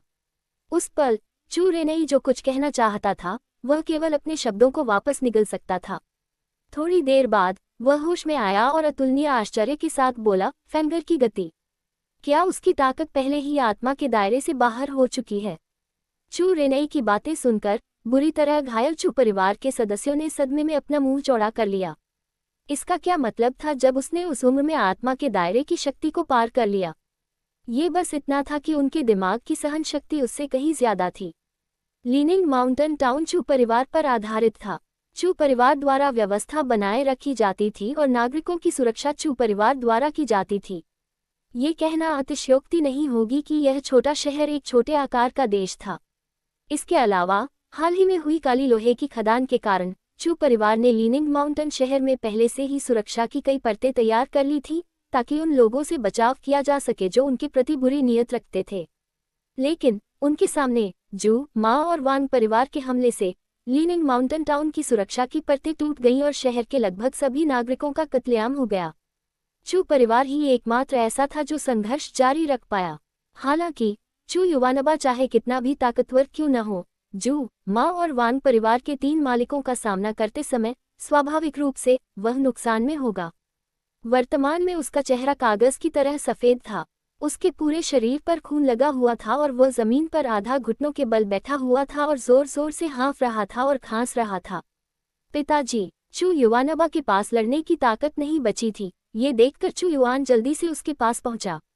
उसने अपने आसपास की चीजों पर नजर डाली और उसे बहुत डर लगा कि कहीं कोई उसके पिता को मार न दे। जब चू युवानबा की हार हुई तो हर जगह की सेना ने भी लड़ाई बंद कर दी। आखिरकार खूनी लड़ाई के लिए शांति का एक छोटा सा क्षण आया। चू युवानबा, ये देखते हुए कि तुम एक बहुत ही अच्छे इंसान हो, मैं तुम्हें एक सम्मानजनक मौत दूंगा। जाओ और आत्महत्या कर लो। लोगों के बीच एक बूढ़ा व्यक्ति था जो थोड़ा मोटा और छोटा था और जिसकी दाढ़ी काली थी। वह जू परिवार का मालिक था। अपने सामने खड़े 3 बूढ़ों को देखते हुए और फिर बुरी तरह घायल और मृत चू परिवार के सदस्यों पर अपनी नजर घुमाते हुए चू युवानबा ने चेहरे पर दुख के भाव के साथ कहा, मैं, चू युवानबा, आत्महत्या कर सकता हूँ, लेकिन कृपया मेरे चू परिवार को जाने दो। मैं गारंटी देता हूँ कि मेरा चू परिवार इस पहाड़ को छोड़ देगा और कभी वापस नहीं आएगा। हाँ, क्या तुम मूर्ख हो या फिर हमें मूर्ख समझते हो कि हमने तुम्हारे चू परिवार को जाने दिया? तुम चाहते हो कि हम बाघ को छोड़ दें और उसे पहाड़ पर वापस जाने दें, बीमारियों को अकेला छोड़ दें? चू युवानबा, अगर तुम्हें किसी बात के लिए दोषी ठहराना है तो तुम सिर्फ अपनी तर्क करने की अक्षमता को दोषी ठहरा सकते हो। अगर तुमने वादा किया होता और काली लोहे की खदान को हमारे साथ साझा किया होता तो आज जो कुछ हुआ वह कैसे होता? तुम्हारा चू परिवार इस स्थिति में सिर्फ तुम्हारी वजह से ही पहुंचा है। चू परिवार का एक भी सदस्य यहाँ से जिंदा नहीं जाएगा। तुम सबको जाकर आत्महत्या कर लेनी चाहिए। हम तुम्हें पूरी तरह से मुर्दा बनाकर छोड़ेंगे। जू परिवार के मालिक का लहजा बर्फ की तरह ठंडा था और उसमें बेमिसाल निर्दयता थी। इतने सालों तक चू परिवार का सामना करने के बाद वह चू परिवार से बुरी तरह नफरत करने लगा था।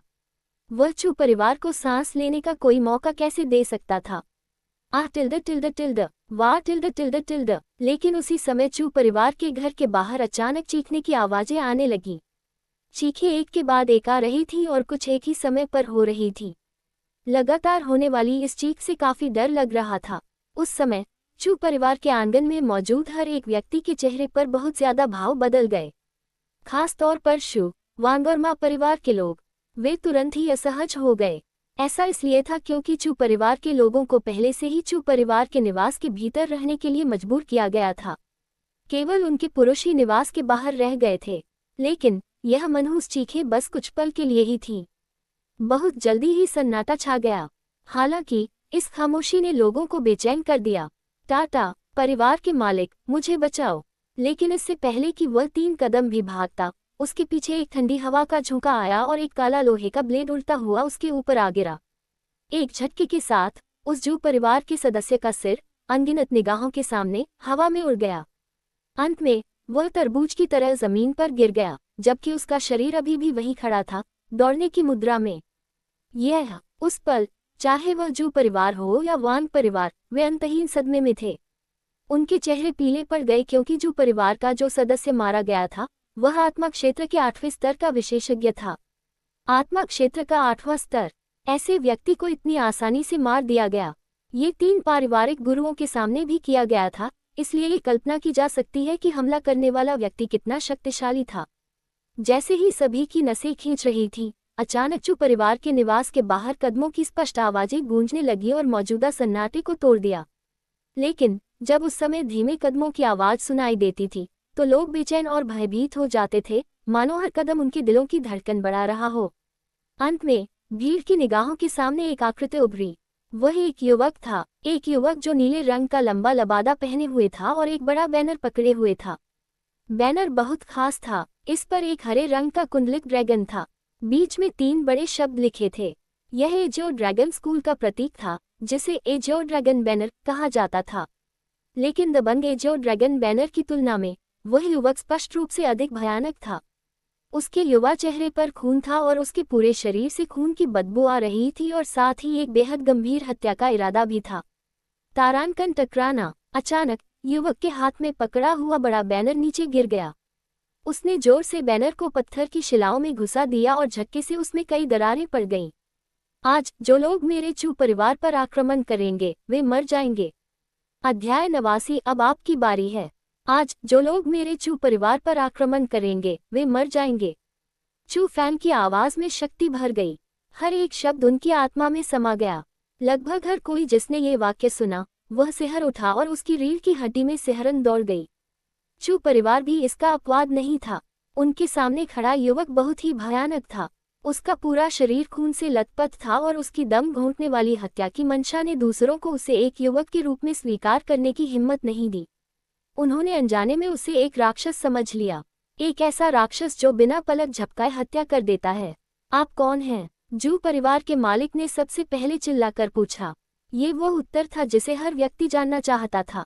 हालांकि उसके कपड़ों से वे बता सकते थे कि चू फैंग एजियो ड्रैगन स्कूल का एक मुख्य शिष्य था। हालांकि एजियो ड्रैगन बैनर से वे ये भी बता सकते थे कि चू फैंग एजियो ड्रैगन स्कूल का एक मुख्य शिष्य था। हालांकि इस समय चू फैंग के शरीर पर हर जगह खून लगा हुआ था। यहाँ तक कि उसका चेहरा भी साफ नहीं था। लोगों को ये भी नहीं पता था कि वह कौन है। अभी अभी उसने खुद को चू परिवार का सदस्य बताया था, इसलिए स्वाभाविक रूप से लोगों को समझ नहीं आया कि क्या करें। उन्हें नहीं पता था कि चू परिवार में कब उनके जैसा एक युवक प्रकट हुआ। यहाँ तक कि चू परिवार को भी नहीं पता था कि कब उनके पास एक मुख्य शिष्य था। चू परिवार, चू फैंग। चू फैंग ने ठंडे स्वर में उत्तर दिया। क्या? चू फैंग, ये फैंगर है। जब ये शब्द निकले तो भीड़ में भारी हंगामा मच गया। चू फैंग का नाम पहाड़ के 100 मील के भीतर गूंजता था। ये कहा जा सकता था कि वह एक ऐसा व्यक्ति था जिसे कोई नहीं जानता था। लेकिन उन्हें जो पता था उसके अनुसार चू फैंग केवल 15 साल का था और वह आत्मा क्षेत्र के केवल 6ठे स्तर पर था। वह एक मुख्य शिष्य कैसे बन गया? उसने 8वें स्तर के विशेषज्ञों को इतनी आसानी से कैसे मार डाला। यद्यपि उन्होंने इस पर विश्वास करने की हिम्मत नहीं की, लेकिन कुछ अधिक विस्तृत आकलन के बाद उन्होंने आश्चर्य के साथ पाया कि चाहे वह उसकी शारीरिक बनावट हो या उसकी आकृति, वह चू फैंग के समान ही था। सबसे महत्वपूर्ण बात यह थी कि चू फैंग वास्तव में एजियो ड्रैगन स्कूल का शिष्य था। अगर चू परिवार में कोई मुख्य शिष्य प्रकट होता तो चू फैंग ही वह होता जिससे सबसे अधिक उम्मीद होती। तो ये तुम ही हो छोटे शैतान जिसने मेरे पोते जू त्याने की कमर तोड़ दी? जू परिवार के मालिक ने उग्रता से पूछा।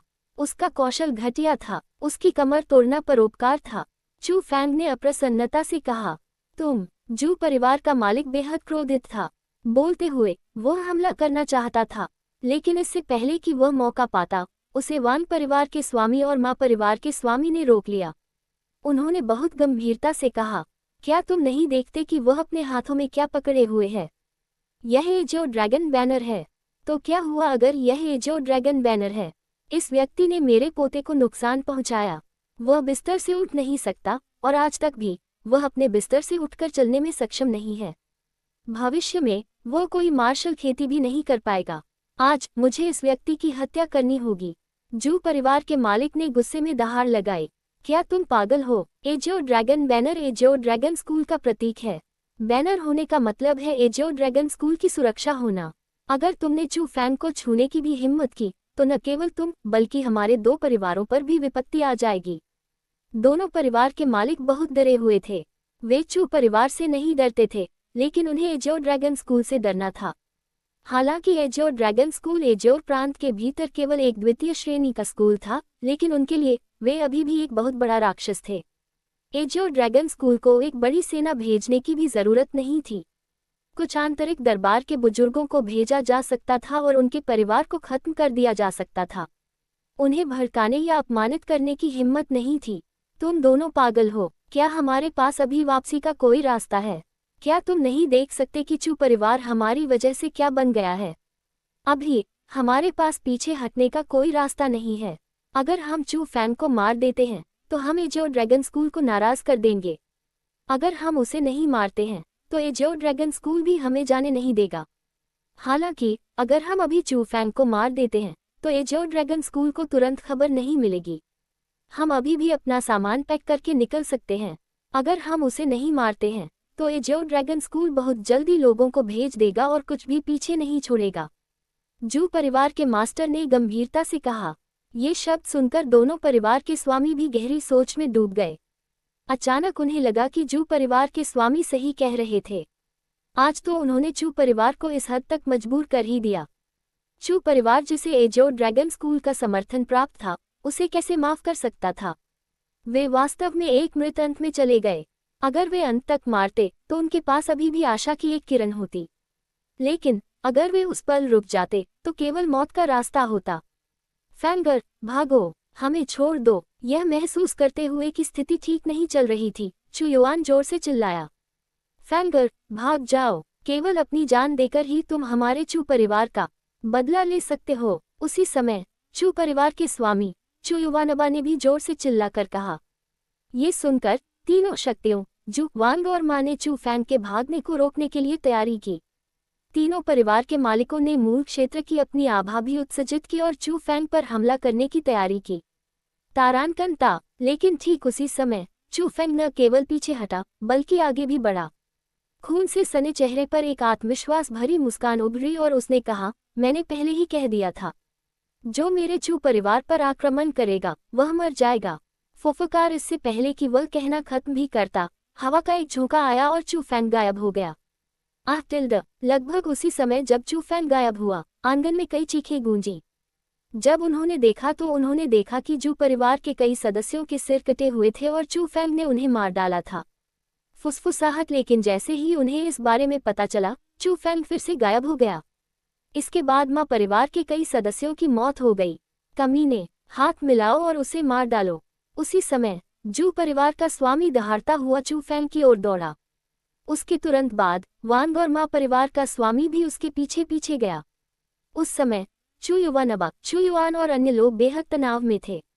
उन्होंने चू फैंग के लिए अपना ठंडा पसीना पोंछा क्योंकि किसी को भी नहीं लगा कि चू फैंग जो आत्मा क्षेत्र के केवल 7वें स्तर पर था, मूल क्षेत्र के 3 विशेषज्ञों से बच सकता है। हालांकि आत्मा क्षेत्र और मूल क्षेत्र के बीच सिर्फ एक शब्द का अंतर था, लेकिन दोनों के बीच का क्षेत्र स्वर्ग और पृथ्वी की दूरी के बराबर कहा जा सकता था। ये बस एक बड़ा, असंभव अंतर था। दोनों के बारे में एक साथ चर्चा करना असंभव था। हुश। हालांकि अप्रत्याशित बात यह थी कि हालांकि तीनों परिवार के स्वामी के पास इंद्रधनुष जैसा वातावरण, बेहद तेज गति और उससे भी ज्यादा ताकत थी, लेकिन उनके पास चू फैंग की गति से मेल खाने का कोई तरीका नहीं था। हर बार वे एक कदम धीमे होते थे। वे सिर्फ देख सकते थे कि उनके अपने परिवार के लोग चू फैंग के हाथों एक के बाद एक मर रहे थे। वे कुछ नहीं कर सकते थे क्योंकि चू फैंग की रफ्तार बहुत तेज थी, इतनी तेज कि यह सामान्य बुद्धि से परे थी और उनके पास उसे पकड़ने का कोई रास्ता नहीं था। ऐसी परिस्थितियों में कुछ ही पलों के बाद पूरे प्रांगण में चू परिवार के अलावा शू परिवार, वान परिवार और मा परिवार से केवल 3 लोग बचे थे। वे 3 परिवार के स्वामी थे। बाकी सभी की मृत्यु हो गई और उनकी मृत्यु सिर काटने से हुई। साले, तेरी लाश को 10,000 टुकड़ों में काट डालूंगा। जमीन पर बिखरी लाशों को देखकर, एक के बाद एक परिवार के सदस्यों को मरते देखकर तीनों परिवार के मालिक बेहद क्रोधित हो गए। लेकिन ठीक उसी समय चू फैंग ने अचानक अपने भटकते कदम रोक दिए और चू युवानबा और चू युआन के सामने खड़ा हो गया। उसने तीनों परिवार के मालिकों की ओर अपनी बर्फीली ठंडी निगाह डाली और ठंडे स्वर में कहा, अब आपकी बारी है। अध्याय 90 आत्मा क्षेत्र मूल क्षेत्र से लड़ रहा है। वर्तमान चू फैंग खून से लथपथ व्यक्ति की तरह था। उसके पूरे शरीर पर खून लगा हुआ था, लेकिन उसमें से एक भी बूंद उसकी नहीं थी। वे सभी उसके दुश्मनों का खून थे। खून से लथपथ चू फैंग वहीं खड़ा था और वह कमोबेश डरावना लग रहा था। उसकी तीखी आंखें ऐसी थीं मानो खून से रंगी हों। उसकी आंख वाकई इतनी हत्याओं से लाल हो गई थी। कितना घमंडी बच्चा है। अगर मैं आज तुम्हारी खाल नहीं उतारता तो मैं चू परिवार का मालिक बनने के लायक नहीं हूँ। यद्यपि चू फैंग ने पहले ही कुछ ऐसा प्रदर्शित कर दिया था जिससे दुनिया हैरान हो जाती, लेकिन चू परिवार का स्वामी पहले ही क्रोध से अपना विवेक खो चुका था और उसे इसकी परवाह नहीं थी। उसके शरीर के चारों ओर की हवा पहले से ही घूम रही थी और उसके शरीर के भीतर से मूल शक्ति की परतें लगातार बाहर निकल रही थी। मजबूत दबाव एक निराकार तूफान बन गया क्योंकि इसने उसके चारों ओर सब कुछ निगल लिया। अगर चू फैंग का प्रतिरोध न होता तो चू परिवार की भीड़ दबाव से और भी अधिक घायल हो जाती। जहां तक वांग और माँ परिवार के मालिक की बात है, वे भी यही कर रहे थे। उनका दिल बहुत दुखी था क्योंकि उन्होंने अपने परिवार को एक के बाद एक मरते और गिरते देखा था, खास तौर पर तब जब उनके परिवार को सिर काटकर मार दिया गया हो। एक पूरी लाश भी नहीं बची हो। वे इसे कैसे सहन कर सकते थे? चू फैंग, अपना जीवन यहीं छोड़ दो। वान परिवार के स्वामी ने पहले हमला किया। उसने अपने बड़े हाथ से अपने सामने की हवा को पंजे से दबाया और उसकी मूल शक्ति बाहर निकल आई। यह एक पारदर्शी विशाल हाथ में बदल गया जो 2 मीटर लंबा था और चू फैंग की ओर भयंकर रूप से पंजे से वार कर रहा था। वह हमला छोटा नहीं था। हालांकि यह केवल रैंक 3 मार्शल कौशल था, लेकिन जब इसका उपयोग मूल क्षेत्र के एक विशेषज्ञ द्वारा किया गया, जिसने इसे मूल शक्ति के साथ पुनर्गठित किया, तो ताकत दर्जनों गुना बढ़ गई। लेकिन भले ही यह इतना भयानक हमला था, चू फैंग की अभिव्यक्ति अपरिवर्तित थी क्योंकि वह निडर था। रहस्यमय तकनीक का संचालन करते हुए उसने अपना हाथ उठाया और वान परिवार के स्वामी से मार्शल कौशल को बलपूर्वक नष्ट करने के लिए एक भ्रामक हथेली भेजी। टाटा तारांकन। हालांकि चू फैंग ने मूल क्षेत्र के विशेषज्ञों को कम आंका। भले ही उसने वान परिवार के गुरु के मार्शल कौशल को अवरुद्ध कर दिया, लेकिन अत्याचारी मूल शक्ति ने चू फैंग को कुछ कदम पीछे हटने पर मजबूर कर दिया। लड़के, चलो देखते हैं कि क्या तुम मेरी पत्थर की मुट्ठियों का सामना कर सकते हो। चू फैंग को पीछे धकेला गया देखकर तीनों परिवार के स्वामी खुश हो गए। माँ परिवार के स्वामी ने जल्दी से हमला किया और कई मुट्ठियां बाहर निकलीं। संघनित मूल शक्ति से मुट्ठियां विशाल पत्थरों की तरह थीं, जो आकाश को छिपाते हुए और जमीन को ढांकते हुए उभरी। उसके हमले न केवल चू फैंग पर लक्षित थे, बल्कि चू परिवार पर भी लक्षित थे, जो चू फैंग के पीछे थे, क्योंकि वह उन सभी को जल्दी से जल्दी मार डालना चाहता था। बिना कुछ कहे चू फैंग के पैर हल्के से घोड़े की सवारी की मुद्रा में आ गए और उसके शरीर पर लबादा बिना किसी हवा के हिलने लगा। उसकी आंखों में अचानक बिजली की 2 किरणें दिखाई दी। तारांकन बस अनगिनत मोटी बिजली लुढ़कती बिजली के सांपों की तरह थी। वे चू फैंग के शरीर से प्रकट हुए, आपस में जुड़ गए और आगे बढ़ गए। उन्होंने बिजली की एक घनी दीवार बनाई जिसने किसी भी हवा को बुझने नहीं दिया। इसने मूल शक्ति के संघनन से बनी मुट्ठी को पूरी तरह से रोक दिया। हाँ, हमले के बाद चू फैंग गुस्से से चिल्लाया। बिजली के सांपों ने बचाव छोड़ दिया और हमला करना शुरू कर दिया। बिजली के ड्रैगन, जो कि गुस्से में थे, ने कान फाड़ने वाली दहाड़ लगाई। चमकदार बिजली ने 3 परिवार के मालिकों पर हमला किया। ये शक्ति, ये रूप, ये रैंक 5 कौशल है। ये लड़का रैंक 5 कौशल का उपयोग कर सकता है। तीनों परिवार के स्वामियों के हाव भाव बहुत बदल गए। चाहे जो भी हो, उन्होंने कभी नहीं सोचा होगा कि चू फैंग पहले से ही रैंक 5 कौशल का उपयोग कर सकता है। अगर यह कहा जाता कि वे केवल रैंक 4 कौशल के लिए तरस सकते हैं, तो वे केवल रैंक 5 कौशल की उम्मीद कर सकते हैं। आखिरकार केवल मुख्य शिष्य ही रैंक 4 मार्शल कौशल में साधना कर सकते हैं। रैंक 5 मार्शल कौशल के लिए, भले ही वे इसे विकसित कर सकें, इसमें प्रशिक्षण में सफल होने के लिए अत्यंत मजबूत समझ शक्ति की आवश्यकता होती है। भले ही वे मूल क्षेत्र में हों और उन्हें रैंक 5 मार्शल कौशल प्राप्त हो, वे इसे इतनी कुशलता से नियंत्रित करने में सक्षम नहीं हो सकते हैं। इसके अलावा उनके पास रैंक 5 मार्शल कौशल विकसित करने का कोई मौका भी नहीं था। इसलिए उस समय जब उन्होंने चू फैंग की तीसरी थंडर शैली का प्रदर्शन देखा, तो वे आश्चर्यचकित और क्रोधित दोनों थे। आश्चर्यचकित थे कि वह उस उम्र में रैंक 5 कौशल का उपयोग कर सकता था, ईर्ष्या के कारण क्रोधित। वे आधी पीढ़ी तक जीवित रहे, फिर भी उन्हें रैंक 4 मार्शल कौशल विकसित करने का मौका भी नहीं मिला। फिर भी चू फैंग उस उम्र में रैंक 5 मार्शल कौशल विकसित कर सकता था। इससे उन्हें अन्याय का एहसास हुआ। लेकिन दुनिया में निष्पक्षता कहाँ से आई? दुनिया में सबसे योग्य व्यक्ति ही जीवित रहता था। एक ऐसा युग था जब एक व्यक्ति दूसरे को खा जाता था। हाँ, जैसे ही वे चौंक गए, तीनों परिवार के स्वामी धीमे होने की हिम्मत नहीं कर पाए। उन्होंने चू फैंग के हमले से बचाव के लिए अपने स्वयं के मार्शल कौशल का पूरी तरह से उपयोग किया, जिसमें वे कुशल थे। भले ही उनके मार्शल कौशल की रैंक चू फैंग के रैंक 5 मार्शल कौशल से बहुत कमजोर थी, लेकिन उनकी नींव, मूल शक्ति, ने इसकी भरपाई की। रंबल रंबल, विस्फोटक गड़गड़ाहट की लहरों ने ऊर्जा तरंगों की लहरें पैदा कर दी। मूल शक्ति के भीतर बिजली चमकी जिसने आंगन के बीचों बीच को घेर लिया। जमीन पर पड़े पत्थर के टुकड़े हवा में घूमने लगे। आसपास की इमारतें बिखर गईं। यहाँ तक कि चू परिवार के सदस्य जो पीछे हट गए थे, उन्हें भी लहरों ने और दूर धकेल दिया। बहुत ताकतवर फैंगर आत्मा क्षेत्र के केवल 7वें स्तर पर रहते हुए मूल क्षेत्र के पहले स्तर के 3 विशेषज्ञों के खिलाफ लड़ सकता है। वर्तमान चू युवानबा मानो अपनी चोटों के बारे में भूल गया था। चू फैंग और 3 पारिवारिक स्वामियों के बीच लड़ाई को देखते हुए उसकी आंखें भी नहीं हटी। उसने कभी ऐसा व्यक्ति नहीं देखा था और न ही सुना था जो तब हार न गया हो जब अंतर पूरे क्षेत्र का हो। चू फैंग वास्तव में मजबूत है। चू युवानबा के अलावा चू परिवार के अन्य सदस्य भी युद्ध पर अपना ध्यान केंद्रित कर रहे थे। हालांकि चौंकाने वाली लड़ाई और विनाशकारी हमलों को देखते हुए सदमे के अलावा उनके मन में एक और जटिल भावना थी। चू युवानबा और चू युआन सहित पूरे चू परिवार में एक भी व्यक्ति ने नहीं सोचा था कि चू परिवार की विपत्ति के समय जो उनके सामने खड़ा होगा वही ये युवक होगा। जब वह छोटा था तो उसे नीची नज़र से देखा गया। जब वह छोटा था तो उसका अपमान किया गया। जब वह छोटा था तो उसके साथ बदसलूकी की गई। जब वह छोटा था तो उसके साथ भेदभाव किया गया। लेकिन अगर यह सोचना और भी असंभव था, तो जो व्यक्ति उनके सामने खड़ा था वह युवक था। उसने उनके बारे में अपनी राय को त्याग दिया। पहले जो अपमान उसने सहा था उसे त्याग दिया, और उस पल वह अपने पूरे परिवार की रक्षा के लिए अपने जीवन का उपयोग कर रहा था। जब एक परिवार का अस्तित्व एक व्यक्ति के हाथों में आ जाता है, तो ये बहुत बड़ी बात नहीं होती, क्योंकि हर परिवार में एक ऐसा व्यक्ति होता है, उनकी आत्मा की रीढ़। लेकिन जब एक परिवार का अस्तित्व उस युवक के हाथों में आ गया, जिसे अनगिनत लोग घृणा की दृष्टि से देखते थे, तो वह वास्तव में चौंकाने वाला दृश्य था। ये दृश्य उनके दिलों की गहराई को झकझोर देने के लिए पर्याप्त था।